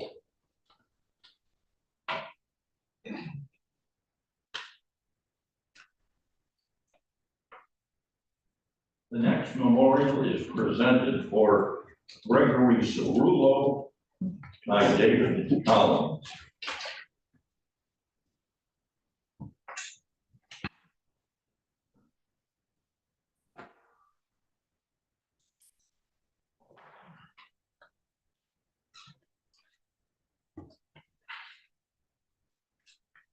Please the court. To the family and friends of Gregory Allen Cerullo, members of the judiciary, Peoria County Bar Association, and guests. I am grateful to the Peoria County Bar Association and to David B. Miller, Chairman of the Memorial Committee, for the privilege and honor of presenting this memorial resolution in honor and recognition of Gregory Allen Cerullo. Greg was born on June 28, 1954 in St. Louis, Missouri, to Eugene and Barbara Cerullo. He was the middle of 3 children, with an older brother, Michael, and a younger sister, Barbara. Greg graduated from Hazelwood High School, then attended 1 year at Purdue University before transferring to and graduating from the University of Missouri. Greg attended law school at the University of Illinois College of Law. During law school, in 1977, Greg married Barbara Peck. After graduating from law school in 1979, he and Barb moved to Peoria. Greg started working as an associate attorney at the law firm then known as McConnell, Kennedy, Quinn, and Johnston in 1979. Incredibly, Greg would spend his entire 40-plus year legal career at the law firm, with the firm name ultimately including his name, Quinn, Johnston, Henderson, Pretorius, and Cerullo, from 2009 until his retirement in 2020. I started working as an associate attorney at Quinn Johnston in August of 1991.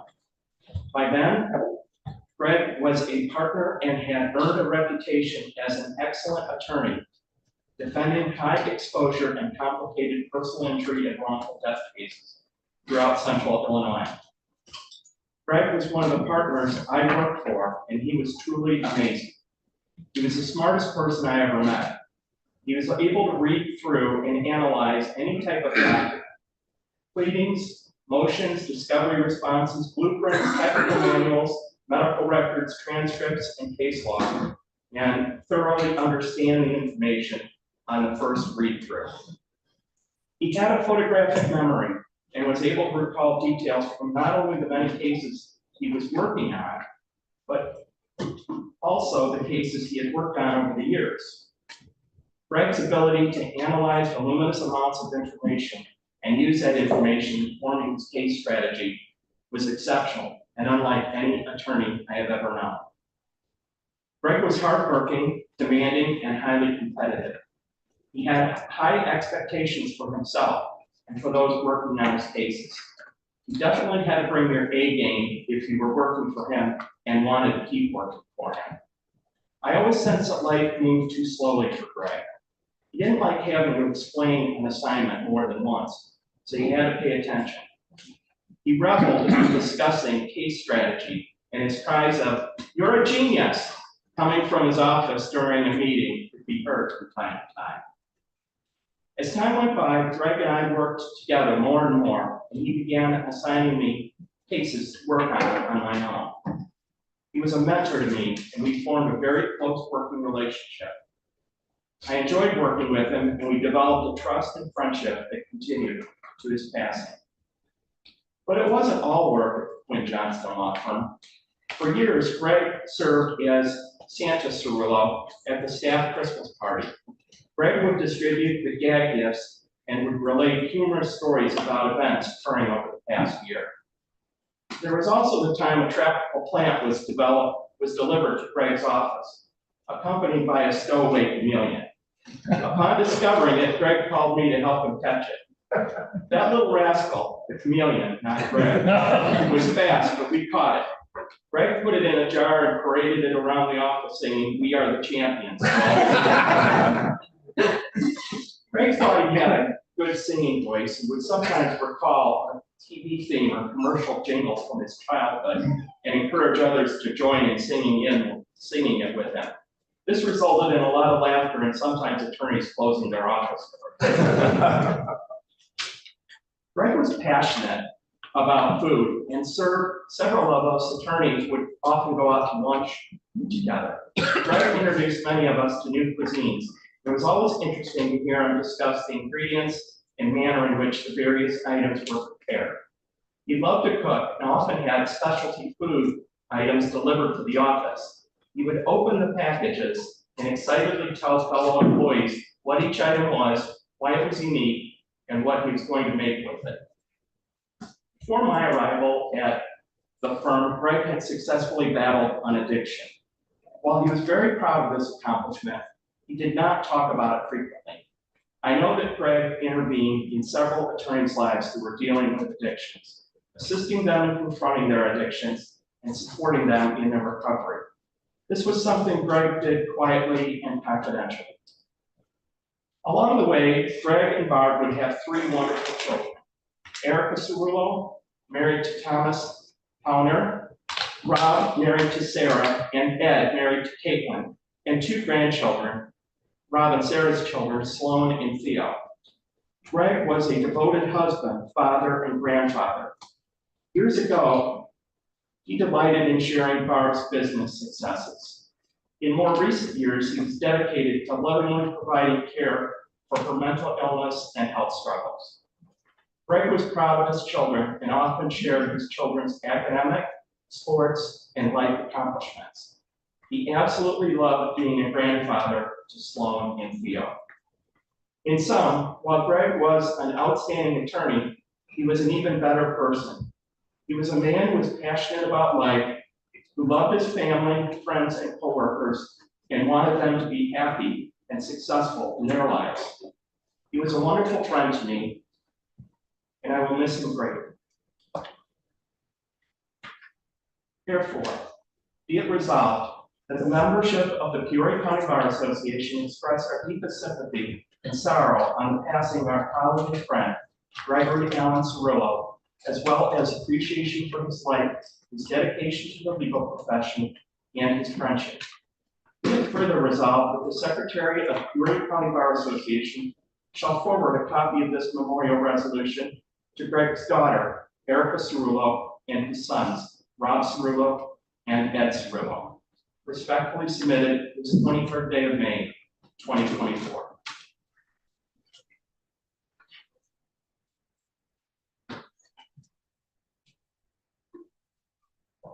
Thank you, David. The next memorial is presented for Michael Evans by Thomas Langford.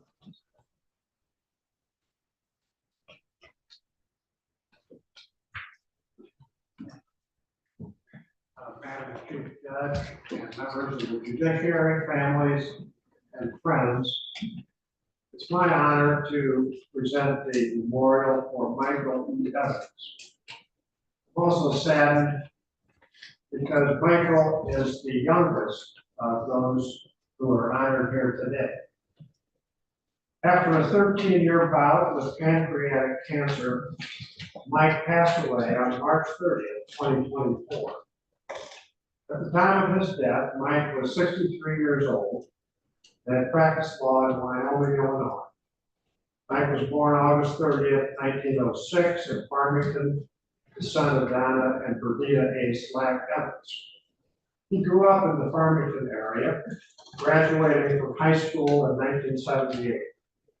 Following graduation, he went on to earn a bachelor's degree in agriculture at the University of Illinois. Thereafter, he went on to Southern Illinois University, where he obtained his Juris Doctorate degree. He returned to Central Illinois to practice law. Throughout his career with several firms and on his own, Mike engaged in general practice with an emphasis on business organizations, including corporations and limited partnerships. Mike started as an associate with attorney Lou Behrens. While there, he became a member of this association. He then joined the firm of Hush Attenberger of Peoria. And after several years with Hush, he transitioned his practice to Kent, where he became a partner in the firm of Fraley, Weber, and Shell. Thereafter, he returned to Peoria in November 2008. And at that time, he entered into a partnership with Peoria lawyers Bill Shea and Dave Covert, practicing under the style of Covert, Shea, and Evans. When Bill Shea left, Mike and Dave Covert brought Michael Fricky in as a partner, and the firm was renamed Covert, Evans, and Fricky. On January 1, 2018, Covert, Evans, and Fricky was dissolved, and Mike became a solo practitioner under the style of Emmy Water. In that capacity, he took over the firm practice in Wyoming, continuing his representation of clients until recently. Mike was always a beacon of positivity in spite of his illness and hope, including the lengthy battle with his pancreatic cancer. True to his roots, Mike took to life in working at the family farm with his 4 boys and 3 grandchildren. There he tinkered and involved in the day-to-day projects that characterize farming. His 4 boys, Xavier, Quinn, Noah, and Duke, were the focus of his life. Other than the practice of law, he was dedicated to them and their activities. He served as scout leader for them and was field marshal for the Peoria FC United Soccer Club. As his boys would tell you, he was Papa Pushover because he would drop anything and everything to help them. That included activities at the lake where he would lie on the dock and ease his soul. From Mike's perspective, life and everything it brought was fabulous. He valued every day as a gift from God and felt it was his duty to do anything and everything to preserve his life and enrich the life of others. And that is exactly what he did. Mike lived to the fullest, and shared blessings with everyone with whom he practiced law and otherwise shared his time. Mike was one of those rare persons who made friends easily and contributed to every friendship he made.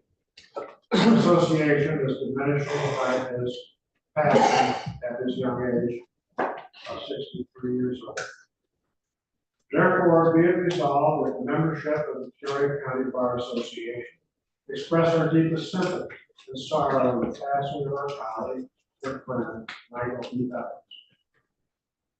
Be it further resolved that the Secretary of the Peoria County Board Association spread his memorial upon the records of the association and forward a copy of this resolution to his children, Xavier, Quinn, Noah, and Jude, which respectfully submitted this 23rd day of May, 2024.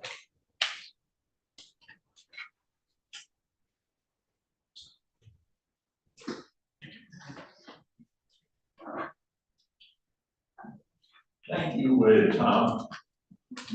Now comes the most entertaining portion of the memorial, and that is where we open the floor to those who have remembrances of the persons whom we honor today.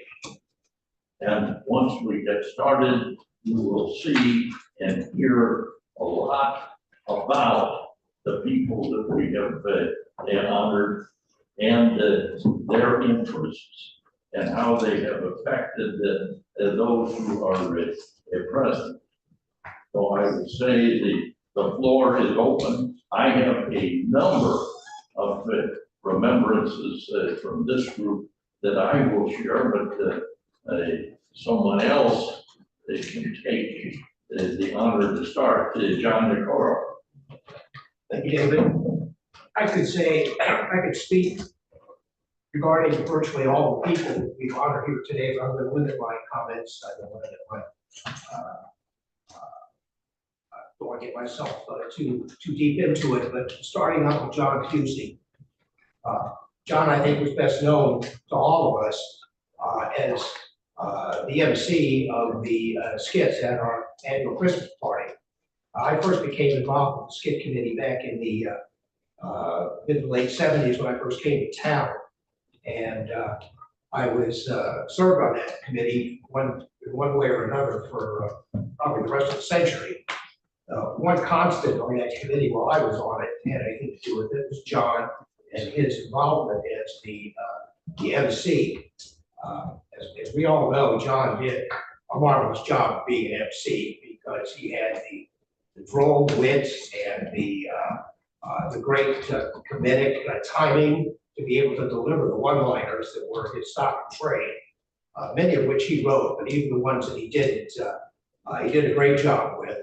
And as you all saw, if you ever attended any of those Christmas parties, he did a great job with handling the hecklers and the pastries that were sent his way from the peanut gallery in the audience. One thing about John and his involvement in the committee was, it took a lot of time and effort on the part of the writers and the cast people to put that thing together. And John's involvement in that was significant primarily because as a somewhat older guy on the committee during his time there, he brought to the table a recognition of sometimes we need to dial it down just a tad. That committee was all about satire, and satire is all about rattling cages. And sometimes, you can take that a little too far, maybe to the point of some actionable defamation. John was good about taking the stuff that was written by others and saying, maybe we ought to dial this down a notch. Now, we weren't always successful with that. There were some times that people got their noses bent out of shape to the point where, especially with the judiciary, sometimes we were called into the chief judge's office the day after the show with a mild reprobation that maybe you know, a line had been crossed. To which I would, times that it was me that was calling there, would remind the then chief judge that, you know, you might have thought that that was a little too far, but you wouldn't believe the stuff that we edited out. John was a terrific guy and someone who, as was talked about by John Brady, that was just a terrific super guy in every sense of the term. And that leads me to another John, who was his partner. Funny how esteemed lawyers are all named John. But John Slevin was a terrific person that everyone who knew John, you had to like John. If you didn't like John when you met him, there's something wrong with you. I was privileged to have him ask me to be co-counsel with him in a product liability case in the mid-90s against Toyota Motor Company. This lady was driving a fairly new Toyota and was involved in a little two-stage rear-ender on her way to work, where she was stopped for a stoplight behind another car. A vehicle behind her struck her car, her Toyota, and shoved it into the car in front of her. When you looked at the Toyota that was involved, you could not tell that there was any contact between either the rear bumper of her vehicle or the front bumper of her vehicle, but she ended up getting killed because the airbag went off. So John and I, for 2.5 years, spent hundreds of hours going after Toyota in this thing. And I bring this up because it was one of the best experiences of my life to be that involved with a top flight legal like John, and got to appreciate up close and personal his humanity and his common sense, but also his very astute legal mind. We ended up trying that case for 3 weeks, and unfortunately, the jury didn't see the case the way we did, and we lost. And I just have to say that, you know, losing sucks. You know, it always sucks. But that losing experience was the best bad experience of my lifetime. And I was honored and glad that I had an opportunity to see his formidable legal abilities up close and personal. And then, speaking of formidable legal abilities, Greg Cerullo. I first met Greg right after he came to town because he played on our bar association beer league Park District softball team. And he was at least the second or third best player on that team. He was really quite an athlete in addition to whatever else good you could say about him, which is significant. I then found myself having cases against him, sometimes with him, back when I was still doing a significant amount of defense. But we found ourselves in the mid-'80s on opposite sides of the case, trying a medical malpractice matter in Henry County, where Greg was representing the doctor that we had sued. And about halfway through that trial, I could see that Greg was in significant pain and grimacing whenever he moved around. And at a recess, I said, what the hell's wrong, man? And he says, my back is killing me. And I said, listen, I can fix you up. Because I had some over-the-counter drug medication, over-the-counter legal medication in my briefcase. And I offered him a selection of high-strength ibuprofen or acetaminophen. He says, no, can't do that. I says, why not? He says, I just can't. Really, man, listen, you're in such pain. He says, listen, I'm not allowed to have anything that might have an effect on my central nervous system. And that was the first time that I realized that he was dealing with an addiction issue. Which explained why even while we were playing softball together for the 2 summers, that he never joined us in the after game festivities of replenishing our vital bodily fluids at the partners groups. But I later then became involved with LAP and also got involved in doing some interventions in downstate Illinois, and I learned how valuable a role that Greg played in the post-recovery adventures that people who were dealing with addiction issues provided that Greg provided, because there's nothing like hearing about the problems from somebody who actually walked the walk on his own. And Greg did, as I came to find out through hearsay substantially after this, that there were a lot of people's lives that he touched in that way, much to the benefit of our profession as a whole. And also say that Greg, as Dave mentioned, that the man liked to eat. He was good at that, and he knew how to make food and how to direct you to places where there was good food to be had. You told him you were headed to the city, he would say, hey, listen, if you're gonna go there, you have a chance, and he would give you the name of a great restaurant. He, early on, 40 years ago, I asked him, because it was an Italian name, if he knew how to make good pesto. He says, oh, yeah, absolutely.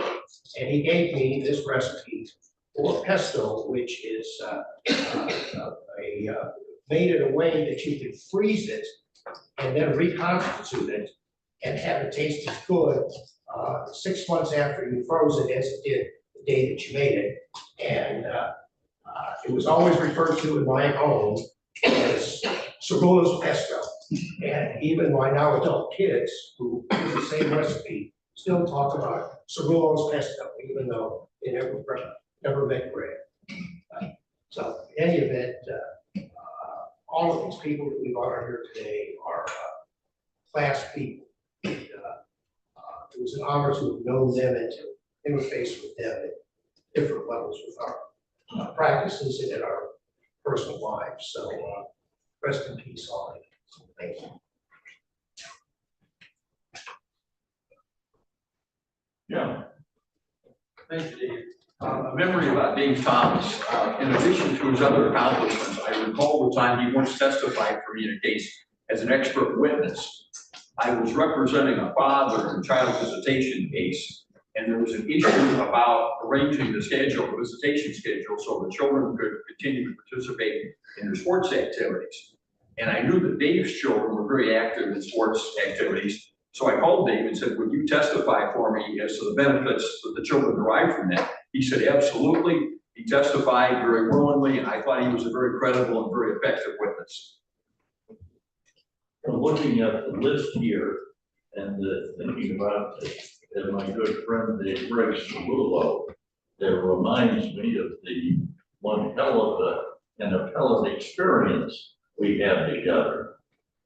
Those of you may remember the bridge case involving the iron workers that dropped into the Illinois River from the McCluggey Bridge. A couple of them died and others were injured.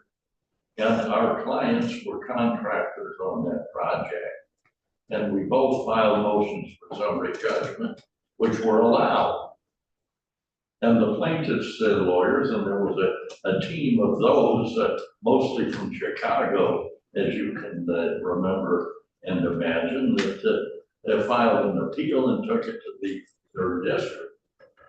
Well, Greg and I are there to argue, and we split the argument, and it was a heated argument, but we had prevailed at the trial court, and there was nothing, I emphasize, nothing that should have resulted in a reversal. But we get the decision back, and as those of you who are attorneys in an active trial practice recognize, when you win on a motion for summary judgment and it is appealed, the worst thing that is going to happen is that they will reverse and remand because there's a question of fact on the issue that you won on. Well, this appellate decision, and I say this looking around the room, none of the justices are here, contain the singular and mean-spirited statement that counsel for the defendants in oral argument admitted that the fact wasn't true, and therefore were remanding with instructions that the trial court cannot consider this issue. And so I immediately got a call from Greg, and he's trembling with an outrage and a concern. And he's saying, I'm going to have to notify my errors and omissions carrier on this. I said, Greg, you didn't say it, and neither did I. And he agreed with him. So I said, we're going to appeal, take this to the Illinois Supreme Court, and have the record straightened out, which we did. The Illinois Supreme Court took the case. And then I filed a motion to have a court reporter transcribe the argument. And the court reporter transcribed the argument, and neither of us said anything that could be inferred as an admission of liability. This was whole cloth speculation. There were two of the three justices. It was unanimous decision, but two of them shared that opinion that on a remand we would not be allowed to raise the issue because we had admitted it. And the third one that said, I agree on the reversal, but I am not going to join my colleagues on that opinion. The Illinois Supreme Court reversed the appellate court and found, based upon the transcription of the argument, that there was absolutely no basis for the opinion to indicate that there was an admission made during oral argument. Well, I guess the moral to the story is that you've always got to watch out, not just for what you say, but for what people may think you say. And thank God for having a formal record. Dave, I just want to clarify something. Oh. Not all the lawyers were from Chicago. And the smart ones from Peoria didn't take the case up against you guys, but against another defendant, and we got paid. That is the rest of that story. It is the Chicago lawyer. Yes, who said that they were not going to appeal against you and then sidewinded me and Kevin Wolf. And we called our errors and omissions because we got dismissed out and then their case got reinstated. And then the Supreme Court took that and we settled against the other defendant. Yeah, that's right. I'm glad you added I'm glad I came to it. So, and then real quick, and I'll be quicker than the court. I'm gonna be all right, so I was gonna say something regarding Cerullo and Mr. Literist, and not just because they sent me checks, but I truly appreciated that, and I do to this day. So thank you. But to your people here from Quinn, if there's any family here, when you do plaintiff's work, most of your friends are on the other side because you don't hang out with people you compete with. Greg was a good friend. I knew a lot about Greg personally, about not just his cooking, but mental health and substance use. And it's something I can relate to in my family and something that I respected about Greg greatly. And so just want to say that about him. And then for Mr. Literist, he was a Phi Gamma Delta or Fiji. He found out I was a young lawyer. I tried 2 cases against Ron and he was a handful. But he found out I was a Fiji. He kept giving me that stupid handshake. While I was in this fraternity, I'm not really a fraternity person, but you know, you do the reverse. But it worked with me. Ron was kind of a Renaissance guy. I think he had a place over on Fulton in the square there, office, and I'd go over there, talk about cases and all kinds of other things. So I was able to at least use being in that fraternity for something good. So, sorry for all the people who have lost someone here today and just comments regarding that. David, you weren't inferring that I was on that panel, were you? I was not. You were. Well, you didn't say I wasn't there. Everybody thought I was there. Well, no, if you feel guilty, you said that's how it works. I've had you in a lot of courts, but you usually mention, so I got to talk to, about John Slevin, and this will get into the appellate court, but first I'll say something about Alan Stouter. I was writing a dissent one time, and I don't know who wrote that dissent. Here's what Alan said: Mike, never let the facts get in the way of a well-reasoned decision. He might have written that. So I'm glad that Steve brought up some of the things today with John Slevin, because I didn't know the history. But here's what happened, ties into the appellate court and Alan Stouter. And everybody back there is groaning because they think I'll talk longer than John McCarthy. So, the first time I walked up the steps of the 3rd District Appellate Court, I was young, and I was being sworn in by Howard Ryan. I thought, this is terrible. How would the public get up to this place? You know, you get public of every age. Well, we never came up those steps. We went in the back door. So when I was a presiding judge, state had some extra money. We were going to get it. I decided that we should have a ramp in the back because Stouter, who died while I was on the court, was getting frail. He was blind, but it helped the dog, if nothing else. And so we put the ramp in the back, and the ramp ended, you just had a few feet to the elevator to take you up to the courtroom. So after it was done, with Alan being blind, he never saw it, told him about it, and he said, I won't use it. It's a waste of money. So I thought, well, I got to talk to one of the lawyers about this. So I see John down here, and I had John in the circuit court, the appellate court, federal court. And when John walked in, it was a pleasure to know he was coming into the courtroom, because you knew if he argued on the facts of the law and no BS, he was boom, right?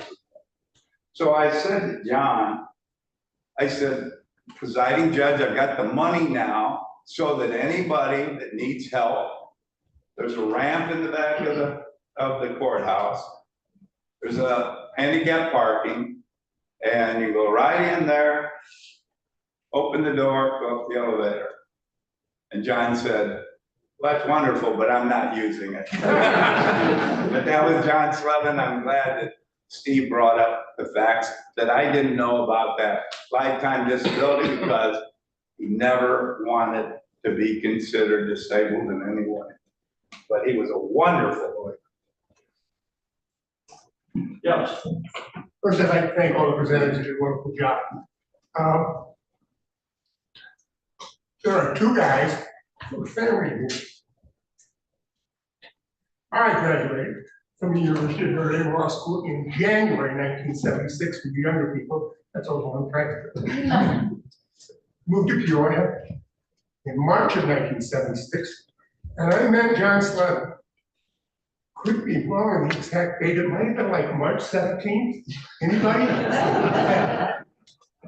And when he found out that I was a Notre Dame lawyer, I got to meet John Pusey, and they got me involved in the University of Notre Dame Club here in the central area.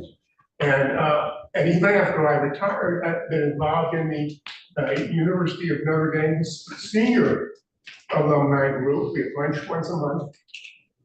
And had lunch with both Johns late last summer before their untimely demise. But that's a family that goes 40-something years. They always took my family in, and they will be greatly missed. Yes, I say, as a Michigan man, we've had wagers every year for the last 15 or 20 years. Anytime my Wolverines were playing the Fighting Irish, we had a three-way wager. Judge McDade and I would bet on Michigan, and John would cover the bets on Notre Dame. And then the bragging rights came the day after, the first business day after. He had such a wonderful sense of humor and was such a good guy to be with. Never had a bad moment with John, and never heard anybody speak ill of him. And that applies to John Pusey as well. They were two of the best loved lawyers historically in this association. Now, Dave Dvorak, I've got a little story or series of stories about Dave, how our paths crossed, but they did, and they kept on crossing during the time that Dave started with Carl Reardon, and then they went back to Carl Reardon and went to Decatur, where he was with none other than Storm Norman Von Bell, who was a former state's attorney there, and a big, bluff, loud person who the jurors would tell me, that big man scared me. But we had a pharmaceutical case. I did product liability work for pharmacies, and this one involved birth control pill, and I was representing Warner Lambert. Anybody who knows about the process for the manufacture and approval of a drug, the first thing that is done is there is a filing of an NDA or new drug application, which consists of hundreds of thousands of pages. And you can imagine on the birth control pill what the NDA looked like. And I won't belabor the point as to the facts, but they set out to read the NDA. And if you want to talk about somebody who was indefatigable, I had to be there while he was reading the NDA, although I met with the client and he would go into the bowels of the offices and read it. But he would go in at the earliest time that they opened and stay until they closed. And he wouldn't come out. He would take his lunch in there. And he did that for 6 solid days. And they said, of all of the products liability lawyers they'd ever had, they never seen anybody that worked as hard as Dave Dvorak did. And this is a story I told about my good friend Jordan Fifield, and told that his son Andy here the other day. Jordan and I were on opposite sides more than we were together. And this was a case that involved a causal relationship following a traffic accident between the trauma and the traumatic epilepsy. So you can imagine there was some significance to the doctor's opinion. And Jordan had the plaintiff. And we went and I took the deposition of the treating neurosurgeon. And they asked him the question, do you have an opinion as to whether there's a causal relationship? And he said, no, I have no opinion at all. And so I said to Jordan, there goes your case. He said, wait and see. And many of you will remember the Judge Albert Bucci. Judge Bucci was the judge who was trying this case. So we get into the second or third day of the trial, and Jordan puts the neurosurgeon on the witness stand, and I'm sitting there with the deposition transcript open, knowing I should have no problem. And he says, Dr. Henderson, do you have an opinion? And he says, yes, I do. I mean, at that point, you know that things aren't going your way. And he said that you have to say, what is your opinion? He said, in my opinion, this traffic accident clearly caused the traumatic epilepsy. So what do? I mean, you're sitting there with this transcript which says the opposite. You've got a doctor there. The jury is riveted on this doctor because he goes on and then explains why that is his opinion. So I have to do it, and I impeach him, and it was like committing suicide twice. Because he says, you know, I was up all night the night before saving a brain damaged baby. And I had an opportunity to read the records, so that's why my opinion is otherwise now. And it so happened that testimony came out 5 minutes before noon when we were going to be taking a recess. Now, those of you who appeared before Judge Albert Pucci knew and remember that he was all business. There was no BS with Judge Pucci. And so he excused the jury. Henderson starts to get up, and bang, down comes the gavel. And Pucci points his finger at her, you're going to stay here. The jury cleared, and he looked over the bench at Judge Henderson, and he said, don't you ever do that again. Said, I want you to know that the lawyers rely upon your testimony. Don't you ever change your story unless you're going to let the lawyer know so that he can prepare. And this went on for a good 5 minutes. Jordan was sitting there. Of course, he's gotten the testimony out before the jury, so he doesn't care. And Judge Henderson is slinking lower and lower and lower in the seat. Now, Jack Henderson, it so happened, was a personal friend. And so I get back to the office, and my secretary says, Dr. Henderson is called 6 times. But that was one of my favorite stories with Jordan. I never did ask him why he didn't tell me. I guess that maybe he figured that I would be wise to it, but at the time that he said he was going to call the doctor.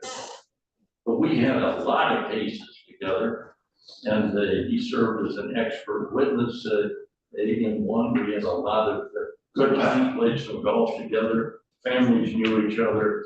It was a real pleasure to present the memorial for him. Can you imagine having a trial with Dave Miller and using the word indefatigable? We all have. When I was a judge in this courthouse, I have done hundreds of murder trials as a prosecutor and as a defense lawyer. And had done just hundreds of them. But it was not my strong suit to do medical malpractice. I had seen it on TV. I had never really done a trial or been a judge for one, but there I was at 213 down the hall, and Greg Searle was the lawyer. What a wonderful guy. He just told the truth all the time. And so even though I was sort of irritated, and Mervyn Mick would vouch that I wasn't any good in civil court, but you know, all an ugly bedfellow. And I had this medical malpractice case I was doing that seemed to still go on. It went on forever. And I would say to Cirillo and others, geez, I could have done 3 murders in the time of what it takes to do this case. And I would whine and whine for like 3 weeks about how I didn't, the jury instructions were weird, and all the discovery were thousands of pages, and I was just, it was all about me. I was just complaining about all this. And finally, about on the 4th or 5th day, Cirillo came up just before the jury came back in for the day and said, Judge, it's probably a good idea if you would quit saying, I have no idea what I'm doing. And I said, but I don't. He said, we know.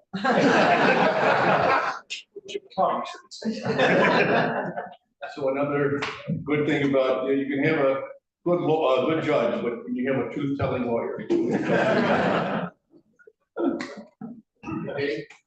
Yes, Gary. I have a lot of cases with Greg Cerullo. I thought we were good friends. One of the cases was the bridge case. And Greg would call me up and we'd commiserate about the antics of the plaintiff's lawyers in that case, the non-Central Illinois. No, but we were together on a lot of different cases where we worked together. We were allies when we could be allies, but we argued when we had to argue when our clients' interests differed. But I don't know how we can go through a discussion of Greg Cerullo's life without mentioning sports.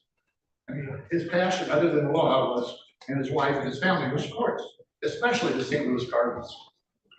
Now, I'm a Cub fan. I've been a Cub fan for a long time. And when I sent an email to Greg's son, commiserating, setting my condolences, as I mentioned, Greg and I had several conversations, laden conversations about Cubs and Cardinals. And I said, that, you know, most of the time he had the upper hand, except for one season, 2016. And his son sent me back an email, said, you know, my dad was really happy for you Cub fans to finally have a year when you got a championship, so you could know what it felt like. Thank you. And that is the truth. Greg, I'm a big Cardinal fan, and Greg and I and John Gorman spent many pleasant hours discussing this. Well, this is a wonderful service that we do here because we combine two things. For the families who only know the lawyer as the fellow or lady who dresses and goes off to the office and probably spends too much time there, there's no idea of how the profession considers them or the friendships that they have among their colleagues. And then you have the lawyers who get to know even more deeply the kind of person and the personalities of the lawyers who are members of the association and the practitioners. When I started, the Bar Association had less than 200, and now I think we're over 700. And I've seen the good years and what I would refer to as the better years. I guess as you look back and remember the good times with people that are no longer there, they become even better times than they actually were. But this service gives us the opportunity to combine those thoughts and the memories. So in conclusion, I'm sure that the families of those whom we honor are gratified by the appreciation which we show to our departed comrades in the practice of law and the administration of justice. In accordance with the traditions of this event, I conclude with the balance of John Donne's poem, "No Man is an Island." Each man's death diminishes me, for I am involved in mankind. Therefore, send not to know for whom the bell tolls. It tolls for thee. Thank you for coming. Thank you, everybody.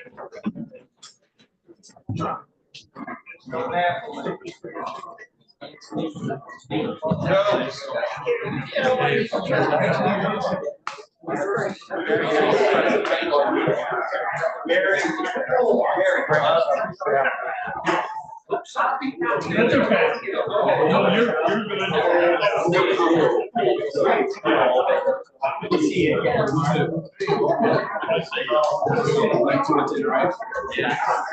Hey, Carolyn, how are you doing? Judge now.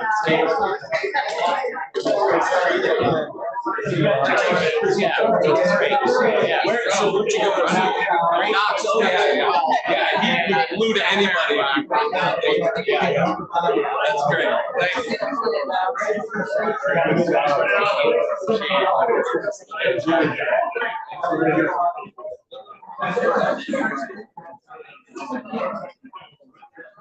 Okay. It's hard to put a lot. Thank Thank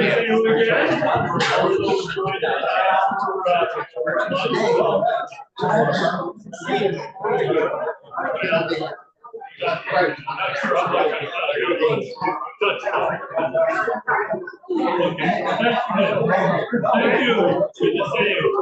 Right there.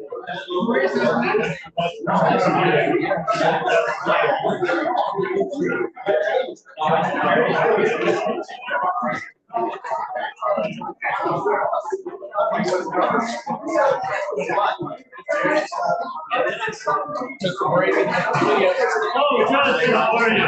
Good to see you. I know it's been too long. I don't get on board that often. Good to see you. Hey, I don't. You probably so